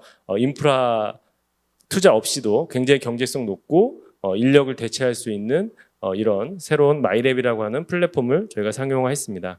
네, 그래서 저희 현재는 뭐 암 분야의 자궁경부암이라고 하는 여성암 분야의 진단을 하고 있고 일반 혈액 분석, 그다음에 말라리아 감염 질환 이런 분석을 하고 있고요. 이 카트리지를 통해서 이 분석을 하고 AI로 보여주는 이런 어떤 소프트웨어, 바이오, 하드웨어가 융합된 이런 기술을 가지고 있습니다. 네, 그래서 뭐 저희 제품에 대해서는 뭐 간단하게 말씀드리면 저희가 자궁경부암 진단 같은 경우 저희가 굉장히 큰 문제입니다. 우리나라 같은 경우에 2년에 한 번씩 여성분들의 모두 다 전수 스크리닝 검사를 하고 있고요. 전 세계 현재 진단율이 한 30% 정도 되는데 WHO가 2030년까지 한 70%까지 올리려고 하고 있습니다. 이런 어떤 산업적 성장에 맞물려서 저희의 이런 솔루션들을 계속 확대해 나가려고 하고 있고요. 그리고 저희가 개발한 어떤 혈액 진단 장비. 요즘 보시면 병원 가서 혈액 검사 하기 위해서는 대형 병원을 통해서만 혈액 검사를 할 수 있는데 한 방울로 가장 최소의 혈액 5마이크로 정도 되는 글로벌의 가장 작은 혈액량으로 손끝 체열만으로도 저희가 일반 1차 병원에서도 혈액 검사를 할 수 있고 아까 보여드린 미국 같은 경우에 약국이나 이런 데에서도 혈액 검사를 할 수 있는 이런 솔루션을 저희가 개발해서 상용화하고 있습니다. 그리고 이제 뭐 우리나라에선 말라리아가 존재는 하지만 잘 알려지지 않았지만 이제 말라리아라고 하는 어떤 진단 검사 이런 진단 검사 기기들을 보급하고 있고요. 이거 관련해서 이제 뭐 게이츠 재단이나 이런 국제 기구들과 협력을 해서 전 세계 이제 글로벌한 이슈들을 해결을 하고 있습니다. 네, 그래서 기술은 저희가 이제 바이오 염색하는 기술이 있고요. 그래서 혈액과 조직, 세포 같은 이런 것들을 현장에서 염색할 수 있는 이제 고체 방식의 염색 기술을 가지고 있고, 그리고 AI 기술, AI를 통해서 저희가 이제 판독을 하는데 저희 회사만의 이제 가장 큰 특징은 AI를 보통 서버에서 굉장히 큰 GPU에서 돌리게 되는데 저희는 온 디바이스 AI라고 해서 AI를 탑재된 디바이스에 탑재된 상태에서 AI를 구동하게 됩니다. 그렇게 되면 장점이 현장에서 혹은 약국이나 어떤 중저수국과 어떤 응급 상황에서 바로 AI로 이제 테스트할 수 있는 이런 장점을 갖고 있고요. 그래서 저희 회사가 이제 엔비디아 파트너로서 이제 엔비디아의 제슨 칩을 활용해서 글로벌 의료 AI 제품을 첫 번째로 상용한 회사고 그것들을 이제 엔비디아를 통해서 이제 저희가 확인이 됐고 계속 파트너를 하고 있습니다. 네, 그래서 저희 AI 같은 경우 AI를 너무 많이 얘기하셔서 잘 아시겠지만 이렇게 이미지 영상이 들어오면 기존에 사람이 분석했던 것들을 AI 모델을 통해서 정확하게 분석하는 이런 구조로 되어 있습니다. 그래서 요 왼쪽에 있는 사진 같은 경우는 자궁경부암 셀들을 원래 사람이 한 현미경으로 1000장 정도의 사진을 봐야 되는 것들을 전부 다 디지털로 이미지를 찍고 AI가 자궁경부암이 우려되는 그런 포인트들을 이제 미리 이제 판독을 해주면 훨씬 더 시간과 효율을 높일 수 있는 이런 솔루션입니다. 네. 네. 저희 회사 소개 간단하게 드렸고요. 그 미래에 이제 의료 AI 산업이 어떻게 발전할지에 대해서 말씀드리고 마치도록 하겠습니다. 일단 의료 AI 쪽에 가장 좀 많이 연구되고 있는 분야를 말씀을 드리면 AI를 통해서 이제 질병을 예측하는 방향으로도 발전을 하고 있습니다. 기존에는 사람이 이제 진단하는 수준에서 머물렀다고 하면 예측을 할 수 있습니다. 예를 들면 보통 혈액을 현미경으로 의사가 볼 때는 이 세포의 숫자 혹은 모양 정도만 볼 수 있었는데요. AI가 보게 된다면 세포 하나하나의 부피, 배치, 각도, 다양한 피처들, 사람이 보지 못했던 다양한 피처들을 뽑을 수 있습니다. 저희 아까 말씀드린 혈액 진단기기가 기존 팔뚝에서 이렇게 1ml, 그러니까 1000마이크로리터 뽑던 거를 5마이크로 줄일 수 있는 이유 중에 하나는 AI가 이제 사람이 판독할 수 없는, 기존에는 광학이나 레이저로만 판단할 수 있는 것들을 AI가 다양한 어떤 피처 분석을 통해서 예측할 수 있는 이런 기술들이 이제 탑재가 되고 있거든요. 그래서 다양한 회사들이 하는 것들을 요약을 드리면 응급병동 환자에서 어떤 폐혈증 위험을 예측하는 AI, 기존에 이런 이제 좀 어려웠던 것들, 혹은 그냥 혈액 검사에서 암을 예측하는 것들, 유방암이라든지 대장암 같은 것도 일반 혈액 검사를 통해서 이제 가는 것들, 혹은 어떤 질병의 발생 확률 같은 것들을 혈액이나 이런 것들의 변화를 통해서 찾는 것들에 대한 시도들이 굉장히 많이 이루어지고 있고요. 그래서 이 시간이 좀 지나고 나면 어떤 대부분의 어떤 초기 단계의 스크리닝 이런 쪽은 AI를 통해서 간단한 혈액 검사를 통해서 어떤 리스크들을 분석해내고 그것들에 대해서 어떤 서비스를 제공할 수 있는 이런 단계로 계속적으로 확대될 수 있을 것으로 예상을 하고 있습니다. 또한 이거는 이제 조직과 같은, 아까는 혈액이라고 하면 이거는 이제 조직, 암과 관련된 부분도 마찬가지입니다. 워낙 요즘에 암으로 돌아가신 분들이 많잖아요. 근데 암 연구에 있어서 현재 가장 핫한 부분 중에 하나는 이 예측을 하는 부분에 있습니다. 그래서 암이 어떤 단일의 원인에 의해서 발생하지 않고 암과 관련된 그 암세포 주변에 여러 가지 환경적 요인 또 다양한 요인을 위해서 이게 발병을 하기 때문에 그런 종합적인 요소를 통해서 이거를 진단을 하는 겁니다. 기존에는 이게 암인지 아닌지 현미경을 보고 판독하는 요 정도 수준이었다고 하면 이제 미래에는 그 주위에 있는 어떤 상태라든지 발현 유전자에 대한 어떤 발현도라든지 여러 가지 슬라이드를 보고 다른 변이들을 측정을 해서 다양한 예측을 할 수 있는 이런 상황으로 계속적으로 이거를 확대해 나가고 있습니다. 특히 예후라든지 치료 이득을 계산하는 이런 쪽에서도 의료 AI가 훨씬 더 적극적으로 활용이 될 예정입니다.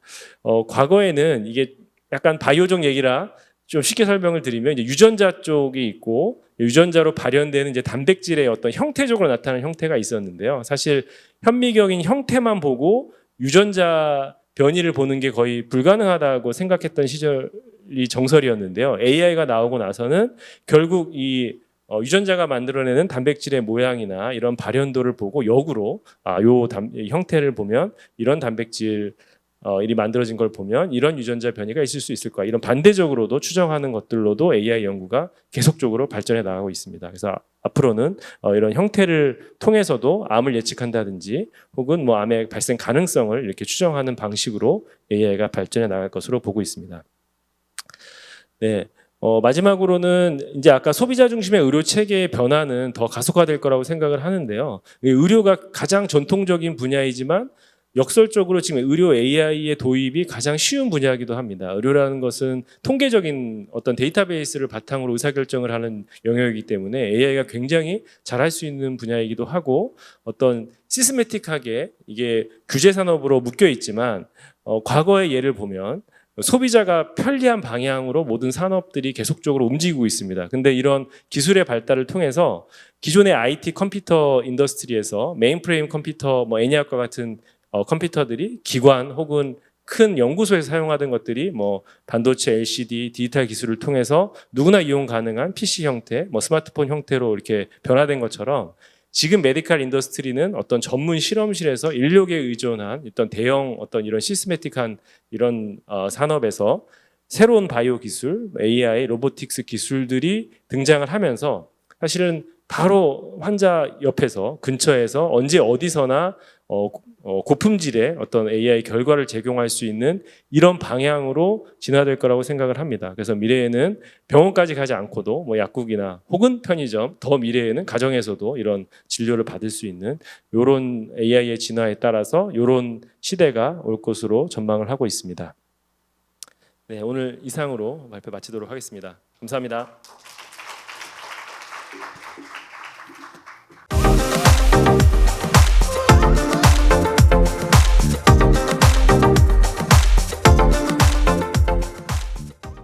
네, 오늘 포럼의 마지막 강연은 김진숙 딜로이트 코리아 AI 앤 데이터 부문 파트너님께서 진행해 주시겠는데요. 주제는 AI 기반 재무회계의 활용 사례입니다. 김 파트너님은 단상으로 올라와 주시기 바랍니다. 네, 김진숙 파트너님은 딜로이트 호주 경영자문 리스크 사업부 수석을 역임하셨고요. 현재 딜로이트 아시아 퍼시픽 AI 트러스트 월시 AI 커미티 한국 대표, 또 딜로이트 코리아 AI 앤 데이터 부문 파트너를 맡고 계십니다.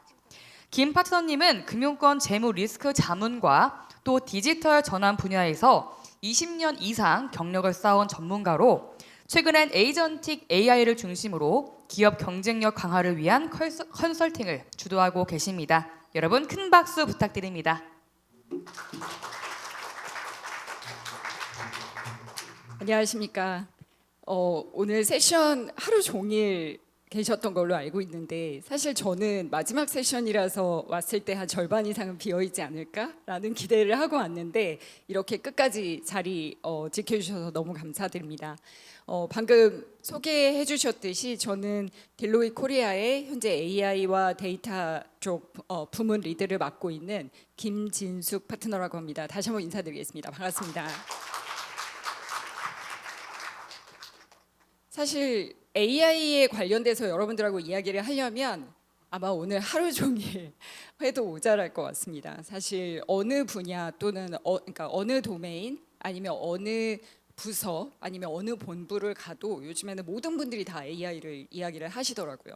그래서 사실 이제 예전에는 전문성이라는 것들이 화두가 되었다면 지금은 그 전문성에 AI가 어떻게 덧붙여지느냐가 사실 굉장히 큰 관심을 받고 있는 것 같습니다. 그런 의미에서 저는 아까 간단히 소개를 시켜주셨지만 호주에서 지난 20년 정도 실제 은행과 그다음에 이제 컨설팅 회사를 통해서 금융권에서 한 20여 년 정도 경력을 가지고 있고요. 주로 이제 재무와 리스크 쪽 업무를 그리고 이제 그 중에서도 주로 분석이나 리포팅 그다음에 디지털 트랜스포메이션을 많이 담당을 했었고요. 그다음에 이제 지금은 그에 맞게 AI를 그런 금융 분야에 어떻게 적용할지를 심도 있게 연구도 하고 있고 그다음에 계속 고객분들과 대화를 통해서 저희가 도와드릴 수 있는 어드바이저리 영역을 만들어가고 있습니다. 그래서 오늘 그 소개시켜드릴 부분은 뭐냐면 뭐 요즘에 많이 들어보셨겠지만 에이전틱 AI 서비스라는 거에 대해서 간단히 소개를 좀 드릴 거고요. 이 단어는 사실 이제 어딜 가도 요즘에는 아마 뉴스에서도 뭐 아니면 유튜브에서도 뭐 너무나 자주 들으실 텐데 그게 왜 중요한지 간단히 좀 다루고 그다음에 이런 것들 이런 에이전틱 AI 서비스를 비롯해서 저희가 지금 매일매일 활용하고 있는 젠 AI가 어떻게 금융 영역에 활용이 되고 있는지를 실제 사례를 통해서 소개해 드리도록 하겠습니다.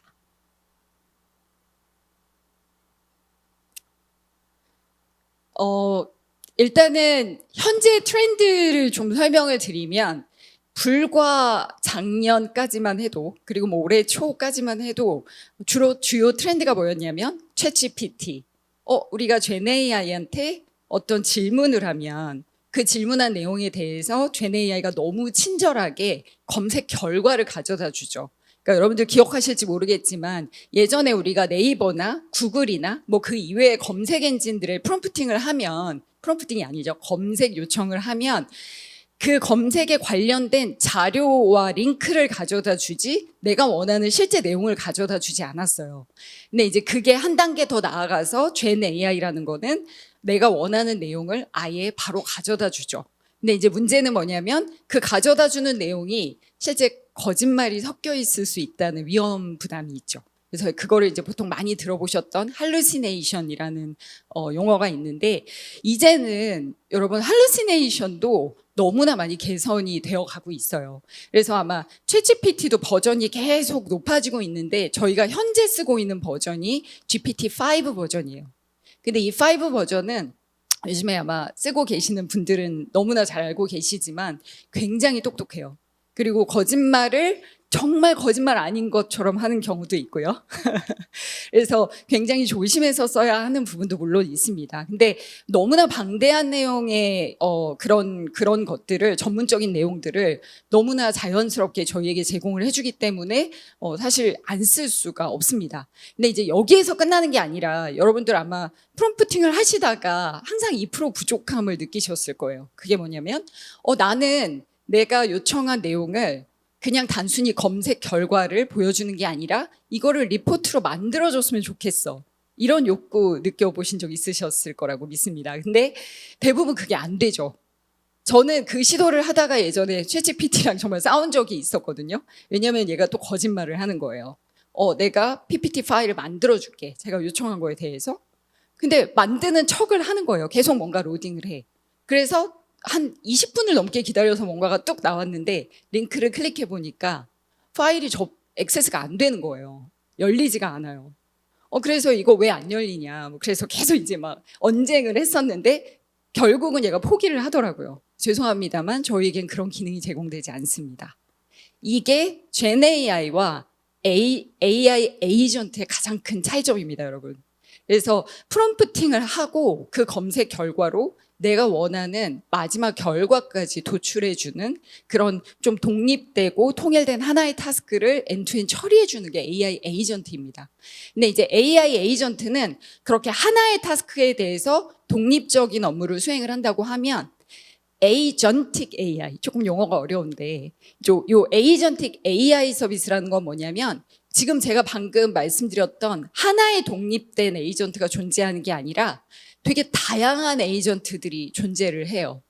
그래서 그 에이전트들이 서로 하나의 큰 목적, 하나의 큰 프로젝트를 위해서 서로 소통하고 그다음에 결과를 최종적으로 같이 낼 수 있도록 되게 복잡한 업무들을 쪼개서 일을 할 수 있는 게 에이전틱 AI 서비스입니다. 그래서 이 에이전틱 AI 서비스가 사실 등장한 건 작년 말인데 이게 실사례가 존재하는 경우가 사실 거의 없습니다. 그래서 제가 그 트렌드를 조금 간단히 말씀을 드리면 이런 에이전틱 AI 서비스가 현재까지는 활용도가 1%가 안 돼요. 글로벌 얘기하는 겁니다. 한국만 얘기하는 게 아니라 글로벌에서 1%가 안 되는데 이게 2028년도까지는 아마 33% 정도까지 이런 큰 기업들 위주로 에이전틱 AI가 활용될 거라고 가트너 서베이에서 이렇게 결과가 나왔고요. 그다음에 이제 제일 중요한 게 뭐냐면 이런 에이전틱 AI 서비스를 구축하기 위해서 되게 중요한 건 뭐냐면 인프라거든요. 그 인프라가 이제 결국은 다양한 것들이 될 수 있는데 모델을 구축하고 이런 모델들이 실제적인 서비스를 하기 위해서 많이 들어보셨던 엔비디아가 제일 잘 만드는 GPU라는 것들이 필요하죠. 그래서 GPU라는 어떤 피지컬한 인프라 서비스 플러스 데이터 구축을 하셔야 되잖아요. AI는 데이터가 없으면 아무 쓸모가 없습니다. 그래서 이런 데이터와 인프라에 쓰여야 할 돈이 자그마치 47.1 빌리언 정도가 소요될 예정이라고 합니다. 2030년도까지. 이게 우리나라 돈으로 하면 한 5,000조가 넘죠. 그죠? 그리고 마지막으로 제일 중요한 포인트인데 저희가 지금 사용하고 있는 모든 스킬들, 기술들 어느 부서와 상관없이 저희가 사용하고 있는 이런 모든 스킬들이 2030년도가 되면 39% 이상이 더 이상 쓸모가 없어진다라는 통계가 나왔어요. 네, 조금 우울한 이야기이긴 한데, 근데 이제 뭐 사실 쓸모가 없다라는 표현보다는 조금 구식화되기 때문에 이런 것들이 에이전틱 AI로 대체가 되거나 이제 뭐 실제적으로 사람이 뭔가 검토를 하는 게 점점 축소된다라는 이야기를 드리는 겁니다. 그래서 지금 사진에 보시는 분은 누구냐면 이제 로빈 빈스라는 모 금융회사의 대표님이십니다. CEO 분이신데 이제 이분이 뭐라고 하셨냐면 We trade digital workers as real employees. 이거를 이제 한국말로 번역을 뭐 너무 잘 아시겠지만 우리는 디지털 워커를 사람하고 똑같이 취급한다는 얘기예요. 우리의 인플로이하고 똑같이. 그래서 이거를 실제로 수행을 하고 있는 회사가 미국에 있더라고요. 그래서 제가 지금 소개시켜드리는 이 업체는 B&I 멜론이라는 회사고요. 뱅크 오브 뉴욕 멜론이라고 알고 계실 텐데 이 회사에서는 실제 이런 에이전틱 AI 서비스들을 사람하고 똑같이 취급을 하고 이미 구현되어 있는 서비스들도 있고요. 그 다음에 이제 로드맵을 가지고 현재 실행하고 있는 실제 사례들도 존재를 합니다. 근데 이제 뭐 대표적인 케이스가 그들이 이런 오픈 AI 기술을 활용을 하는데 이런 AI 에이전트들을 도입을 해가지고 실제 에이전트들이 사람하고 똑같이 아이디를 가져요. 이메일도 가져요. 그래서 우리가 팀즈 요즘에 많이 쓰시잖아요. 마이크로소프트 팀즈를 쓰시는데 미팅할 때 이런 AI 에이전트들이 같이 들어와요. 의견도 제시하고 그다음에 어떤 리스크 분석이나 이런 부분에 예전에는 머신러닝이나 뭐 이런 그 어떤 전통적인 AI 기술을 활용을 했었다면 이제는 이런 에이전트들이 들어와서 그런 데이터로 뭔가를 할 수 있는 역할을 실제로 수행을 하고 있습니다. 그래서 이렇게 사람과 똑같이 에이전트들이 활동을 하고 있는 게 그냥 먼 나라 이웃 나라 얘기가 아니고 실제 사례다라는 거를 강조를 드리고 싶고 그래서 이런 예제들과 비슷하게 그러면 저희가 실제적으로 이런 AI 에이전트들을 어떻게 활용하고 있는지를 제가 간단히 보여드리도록 하겠습니다. 일단 한 대략 6개에서 7개의 사례들이 있는데 제가 이거를 뭐 다 소개시켜 드리고 싶지만 일단 대표적으로 시간이 허락하는 만큼 제가 설명을 드리도록 하겠습니다.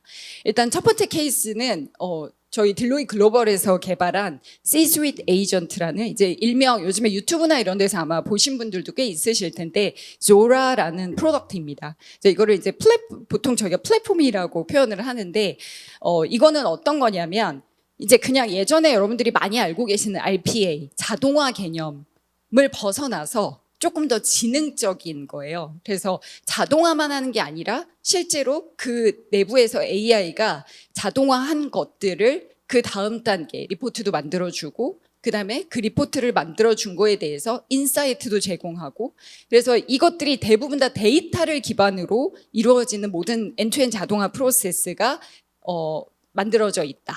그래서 이거를 실제로 저희가 HP 엔터프라이즈라는 기업에 서비스를 한 사례입니다.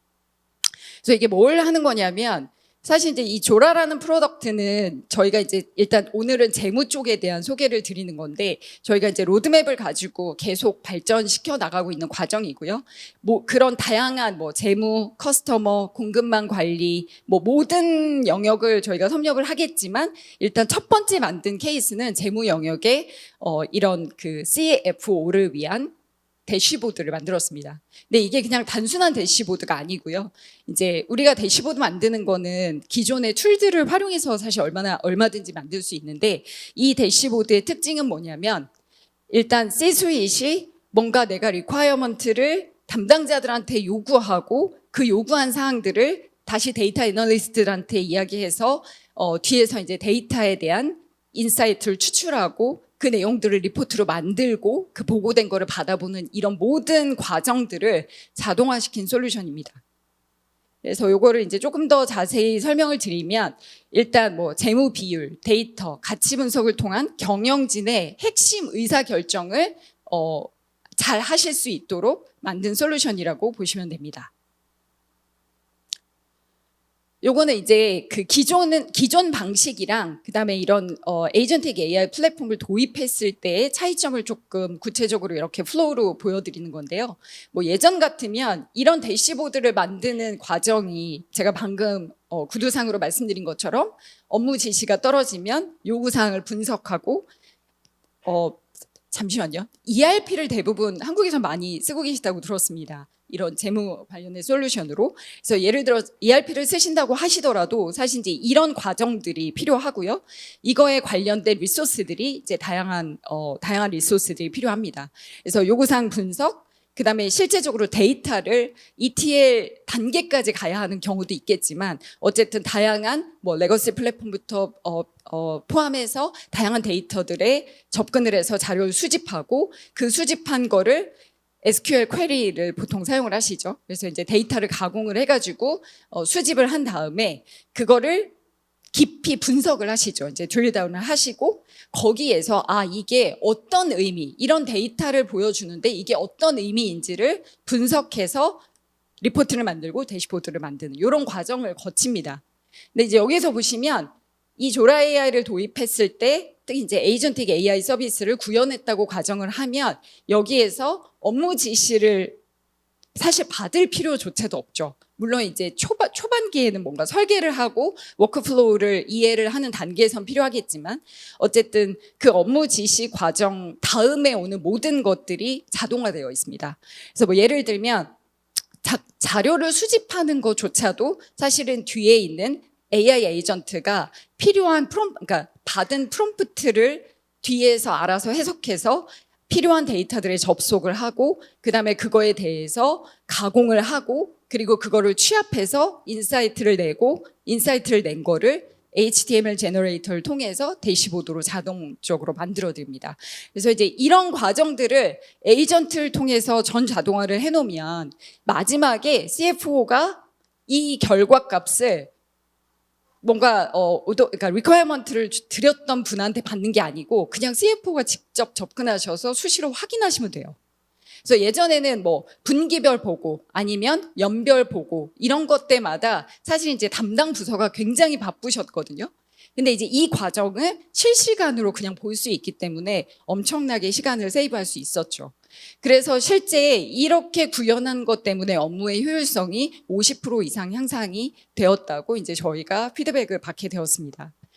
그래서 이제 요게 그 프로세스를 제가 간단히 설명을 드렸고 이제 이런 것들이 실제적으로 대시보드 화면에 가면 크게 이제 세 개의 카테고리가 존재를 합니다. 그래서 이제 인사이트 헙에 보시면 저렇게 CFO가 매번 꼭 봐야 하는 주요 정보들을 자동적으로 이렇게 생성을 해놓고 그다음에 이제 중요한 뉴스 기사 같은 것들도 있어요. 아니면 기업 내부의 그런 정보들, CFO가 반드시 알아야 될 정보들.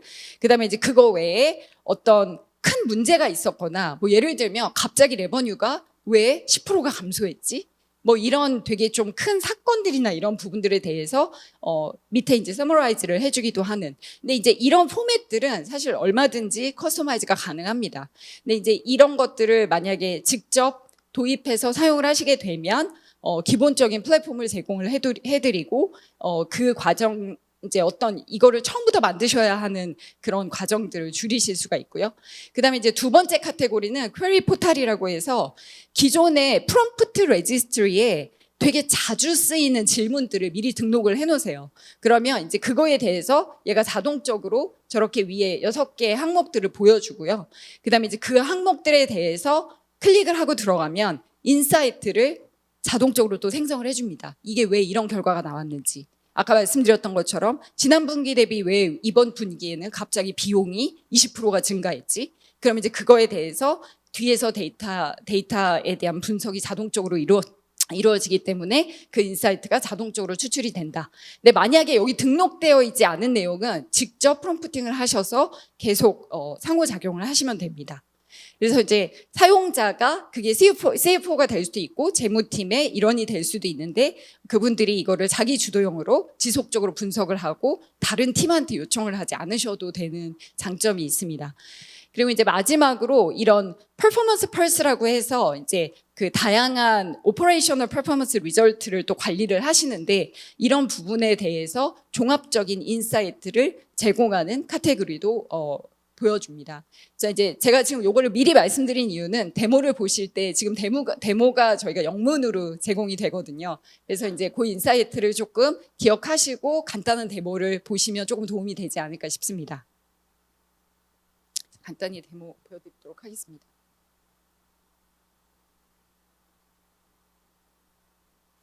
Hello, welcome to the demo of CFO Insights Agent. 혹시 An 소리 agent 잘 that's part 들리시나요? of Sora AI, Deloitte's agentic business portfolio designed to change the human, machine, and data relationship. It's a turnkey 자, 아까 digital 말씀드린 agent 것처럼 designed to 키 unlock value for the 매트릭스들을 finance 보여주고 organization that uses generative AI and agentic AI to reimagine 그리고 이제 static executive 클릭하면 reporting 그 부분에 into a 대한 dynamic 프롬프팅하는 what you need to know now 내용들을 자세히 newsfeed 보여주고 style 있고요. experience. You'll open the agent and find yourselves at the Insights Hub, which is designed to help leaders understand what's trending without having to search and see how the business is performing on the go. You'll be alerted to key things you need to know without having to request, read, and uncover the insights from a static report. But what makes this different than your standard reporting dashboard? You're now fed with the why behind the numbers. With one click, you can investigate the insights the agent is 아까 helping you 말씀드렸던 discover. 것처럼 키 Previously, 인사이트들을 the lead time to request a report, 클릭하고 have someone 들어가면 aggregate the 그 data, 부분에 format, 대해서 and then provide commentary 그 would have taken 인사이트들을 hours, 자동으로 sometimes GenAI가 days. 분석해서 You now have 보여주는 access to that 부분입니다. information in a matter of seconds, increasing time to insight. Not only does the agent help you understand what's going on in your business and what are the drivers behind key metrics, it also helps 그리고 point 이런 you to areas 것들을 you should 키 investigate. 매트릭스에 대한 분석과 CFO 이렇게 Insights 비주얼라이제이션에서 does this by generating 그래프도 follow-up 자동으로 questions or 생성을 areas to 해주고요. explore further. 그다음에 중요한 You're 건 also 이런 provided 것들에 helpful 대한 functionality, 대책을 like the 어떻게 할 수 ability to export to 있는지도 PDF 추천을 and to 해줍니다. provide feedback on the agent's responses. 예를 들어 비용 부분에 대해서 transforming 문제가 teams' ability 있으면 to 이런 complete their 비용을 standard tasks 이렇게 day 이렇게 to day. 관리하셔야 된다는 But not 추천을 only is the 데이터를 user 기반으로 experience transformed with 보여드리고요. enhanced look and feel, you'll also find prompts designed 그리고 for 이제 end 지속적인 users' 학습을 needs 통해서 preloaded 기능이 into the query 개선된다는 portal. 것도 굉장히 중요한 This is where you can 장점입니다. interact 그래서 directly with the 인사이트를 data. 보여줬을 You can 때 select one of 이 the 부분을 predefined prompts or you can 포지티브하게 write 반응을 prompts of your own. 하시면 그 다음번에도 But 그걸 what if I want 참조해서 the report 그런 that I 옳은 already 결과값을 see? 더 Well, 보여주게 CFO 되고요. Insights provides you the 만약에 standard 결과값이 reporting 옳지 and 않으면 visualizations with its 반대되는 의견을 performance goals 보여주셔서 stack. 학습 The 내용에서 그 reporting is 부분을 dynamic 다시 and the data 참조하고 is 러닝할 수 real-time. 있게 Plus, 그렇게 the 진행을 할 수 formatting and 있습니다. commentary is done for you. This is a game changer.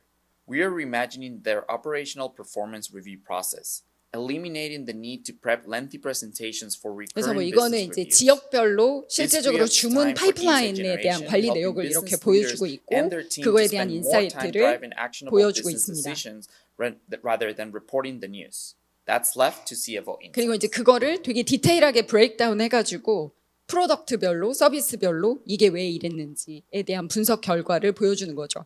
사실 이제 이런 것들이 되게 겉으로 보기에는 되게 동일하게, 그러니까 지금 하고 있는 업무와 크게 어떤 게 다른지 잘 모른다고 판단하실 수 있어요. 근데 사실 이제 가장 큰 차이점은 뭐냐면 일관성이에요. 데이터를 기반으로 하는 거거든요. 대부분 애널리스트들이 경험이 많은 애널리스트 분들은 똑같은 데이터를 봤을 때 좀 더 정확도가 높은 인사이트를 도출할 수 있지만 그렇지 않으신 분들도 많거든요. 그래서 인사이트가 통일성이 없다는 부분도 일종의 하나의 리스크가 될 수 있어요. 근데 이제 이런 것들은 데이터를 기반으로 GenAI가 도출하는 부분이기 때문에 좀 더 일관성 있는 결과가 도출될 수 있다라는 장점이 있습니다. 그래서 이제 간단히 지금 조라 AI에 대해서 설명을 드렸고, 아까 말씀드린 것처럼 이 조라 AI는 제가 방금 소개드렸던 에이전틱 AI 프로덕트 또는 플랫폼 이것들을 활용해 가지고 저희가 실제 서비스를 제공한 사례를 소개시켜 드렸고요.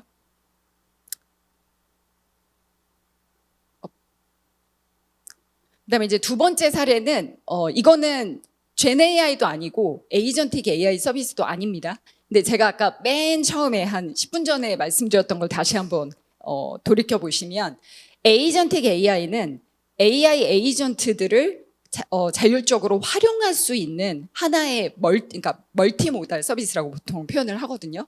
근데 이제 그게 왜 중요하냐면 여러분들이 기존에 만들어놨던 다양한 머신러닝으로 만든 모듈도 있을 테고 아니면 AI 에이전트의 원래 목적을 가지고 만든 모듈들도 다양히 있을 거예요.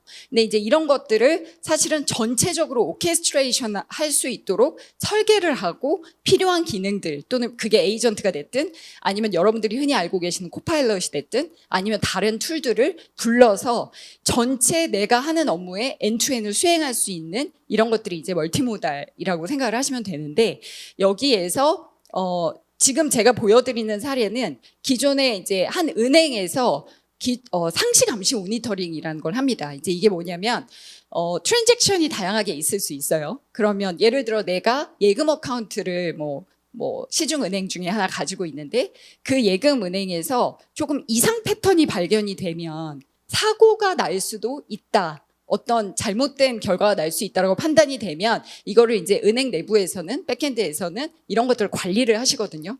그래서 이제 상시로 관리를 하기 때문에 상시 모니터링이라고 불리는데 여기에서 기존에는 이걸 어떻게 모니터링을 하셨냐면 룰 베이스드로 했어요. 그러니까 사람이 일일이 이런 상황일 때는 이렇게 액팅을 해. 또 다른 상황일 때는 이렇게 액팅을 해. 이렇게 해서 이거를 이제 SQL이나 데이터베이스에 구현을 하실 수도 있고 아니면 다른 툴들을 활용하실 수도 있는데 이렇게 룰 베이스드로 하나하나 사람이 다 통제해서 이 모니터링을 했었습니다. 근데 이제 이런 것들의 문제점이 뭐냐면 실제 담당하시는 분들이 보니까 폴트 에러가 나는 경우가 너무 많은 거예요. 그러니까 문제가 있다고 판단을 해서 이 데이터들을 추출하고 매번 사람이 수기로 평가를 했는데 알고 보니 이상한 거래가 아니거든요. 그냥 정상적인 거래인 경우가 많아요. 그래서 이제 이거를 개선하기 위해서 저희가 이제 전통적인 AI 머신러닝을 활용을 해가지고 그 알고리즘으로 여기에 보이는 AI 판단 정상거래 신뢰도 점수라는 거를 다시 한번 도출을 합니다. 이제 이거의 장점은 뭐냐면 기존의 룰 베이스드로 진행하는 것들이 너무 사례가 많은 거예요. 예를 들어 1000개를 검토했는데 100개 이상 어떤 케이스들이 생긴 거죠. 근데 이 100개 이상 거래들을 은행에서 일하시는 분들이 다 체크를 해봤는데 이상이 없는 경우가 너무 많은 거예요. 그럼 사실 그 시간 소모가 너무 크거든요.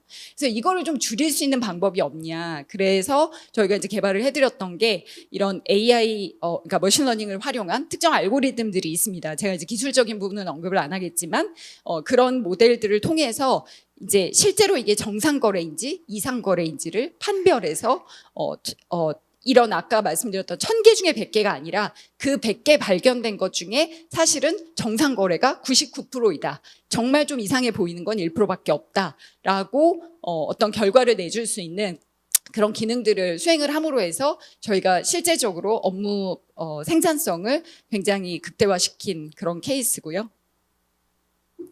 그다음에 이제 세 번째 사례는 시간이 얼마 안 남았는데 간단히 설명을 드리겠습니다. 일단 이제 국내 손보사의 얘기인데 이제 그 파이낸셜 컨트롤러라고 하나요? 보통 이제 보험회사에서 이거를 설계하시는 분들이 담당하시는 분들이 보통 오프라인이나 전화를 통해서 이제 잠재적인 고객한테 정말 이 상황에 고객한테 적합한 그런 보험 상품을 추천하고 그거에 대한 상품을 계약을 진행하는 그런 프로세스들이 이제 전통적인 방식이었다면 이제 이거는 정말 이제는 많이 상용화가 되었어요.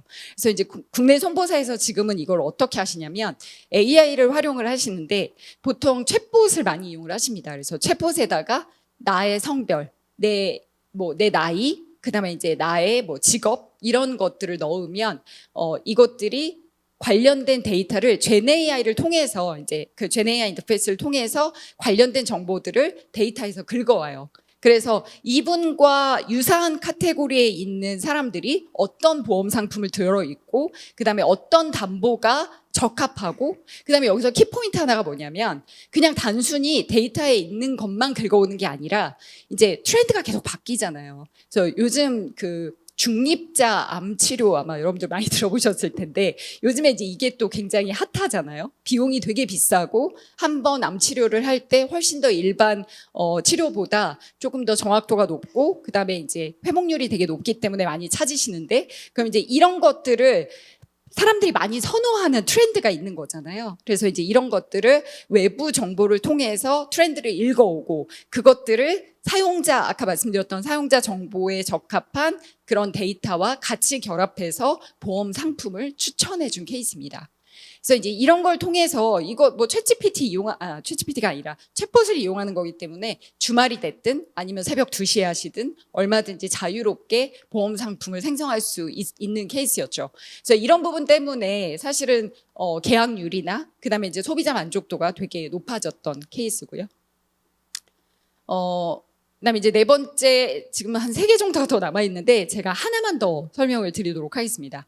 요거는 이제 여러분들도 아마 금융권에 계시면 많이 들어보셨을 텐데 한동안 이제 채무 구조도에 관련되어서 마켓에서 굉장히 좀 많은 토론이 진행이 됐었죠. 사실 규제가 이미 발현이 됐죠.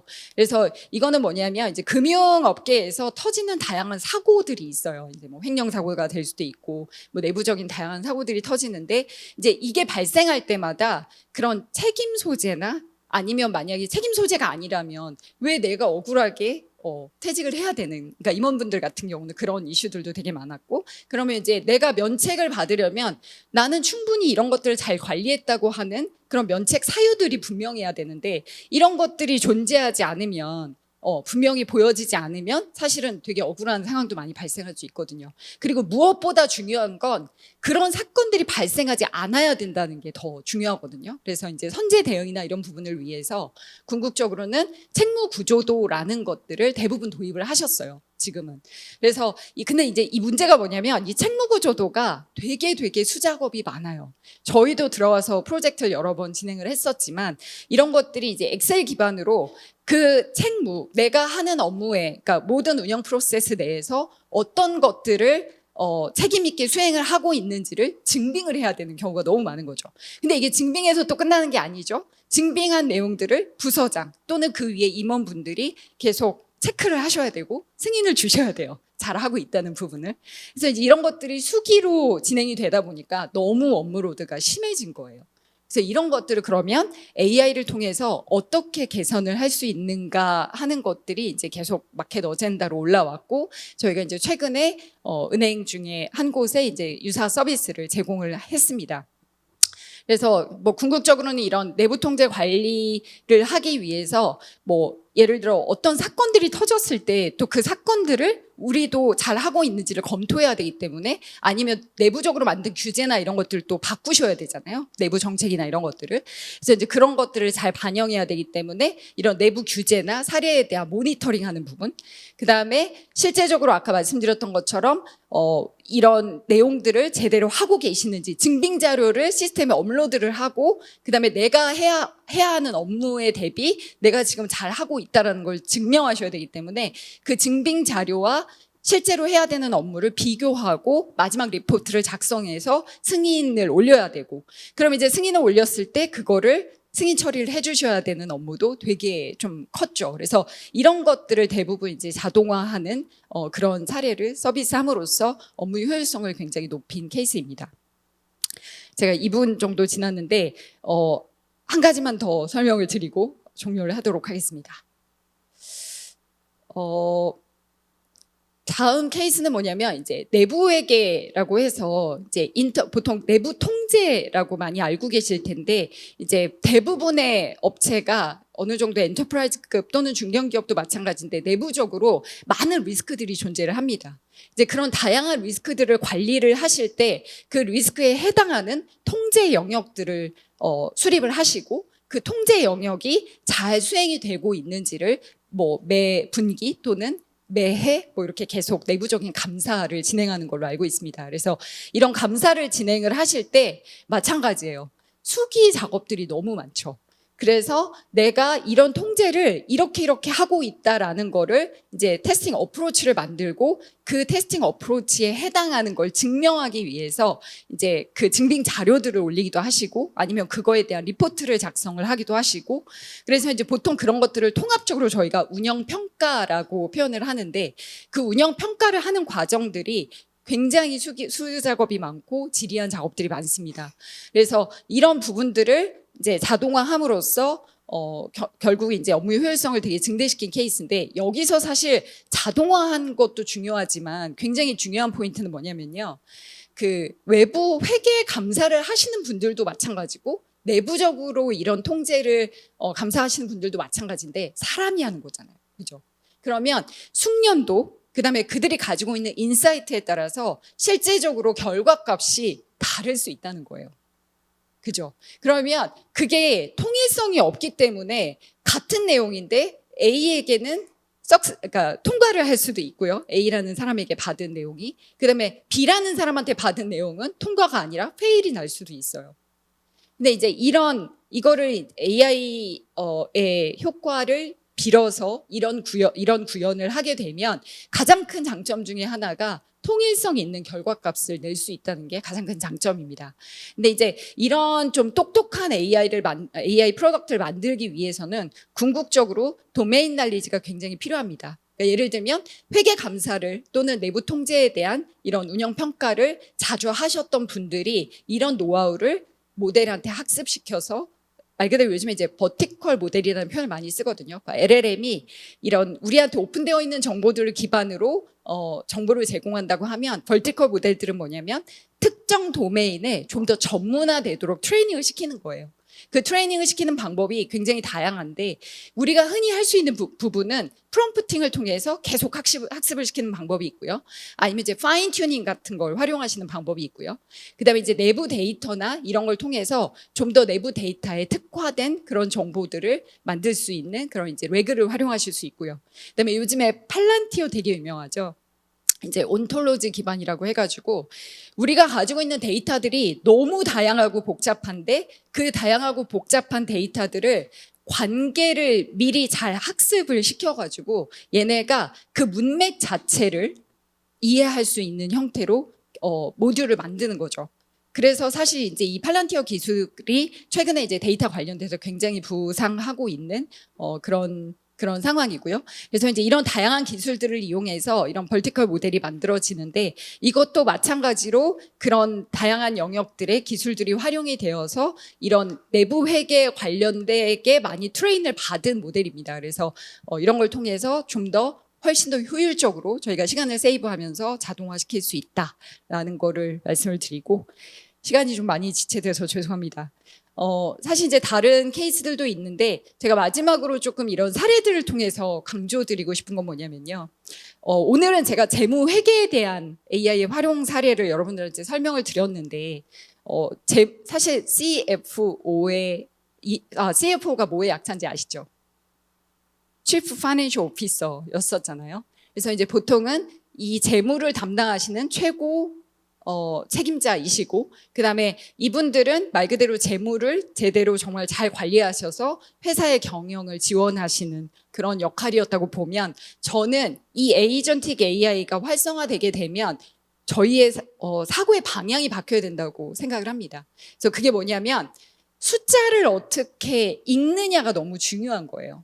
왜냐하면 이제는 숫자를 만들고 보고서를 만드는 거는 에이전틱 AI가 다 할 수 있거든요. 그러면 이제 그거를 봤을 때 실제로 CFO가 이제 관리의 개념이 아니라 정말 미래를 어떻게 예측할지 그리고 어떻게 사업에서 이런 부분들을 대응해 나갈지를 정말 좀 더 선제적으로 고민해야 하는 롤의 변환이 오지 않을까 싶습니다. 그래서 오늘 여러분들한테 금융 관련돼서 AI의 활용 사례를 간단히 소개해 드렸는데 많은 도움이 되었으면 좋겠습니다. 감사합니다.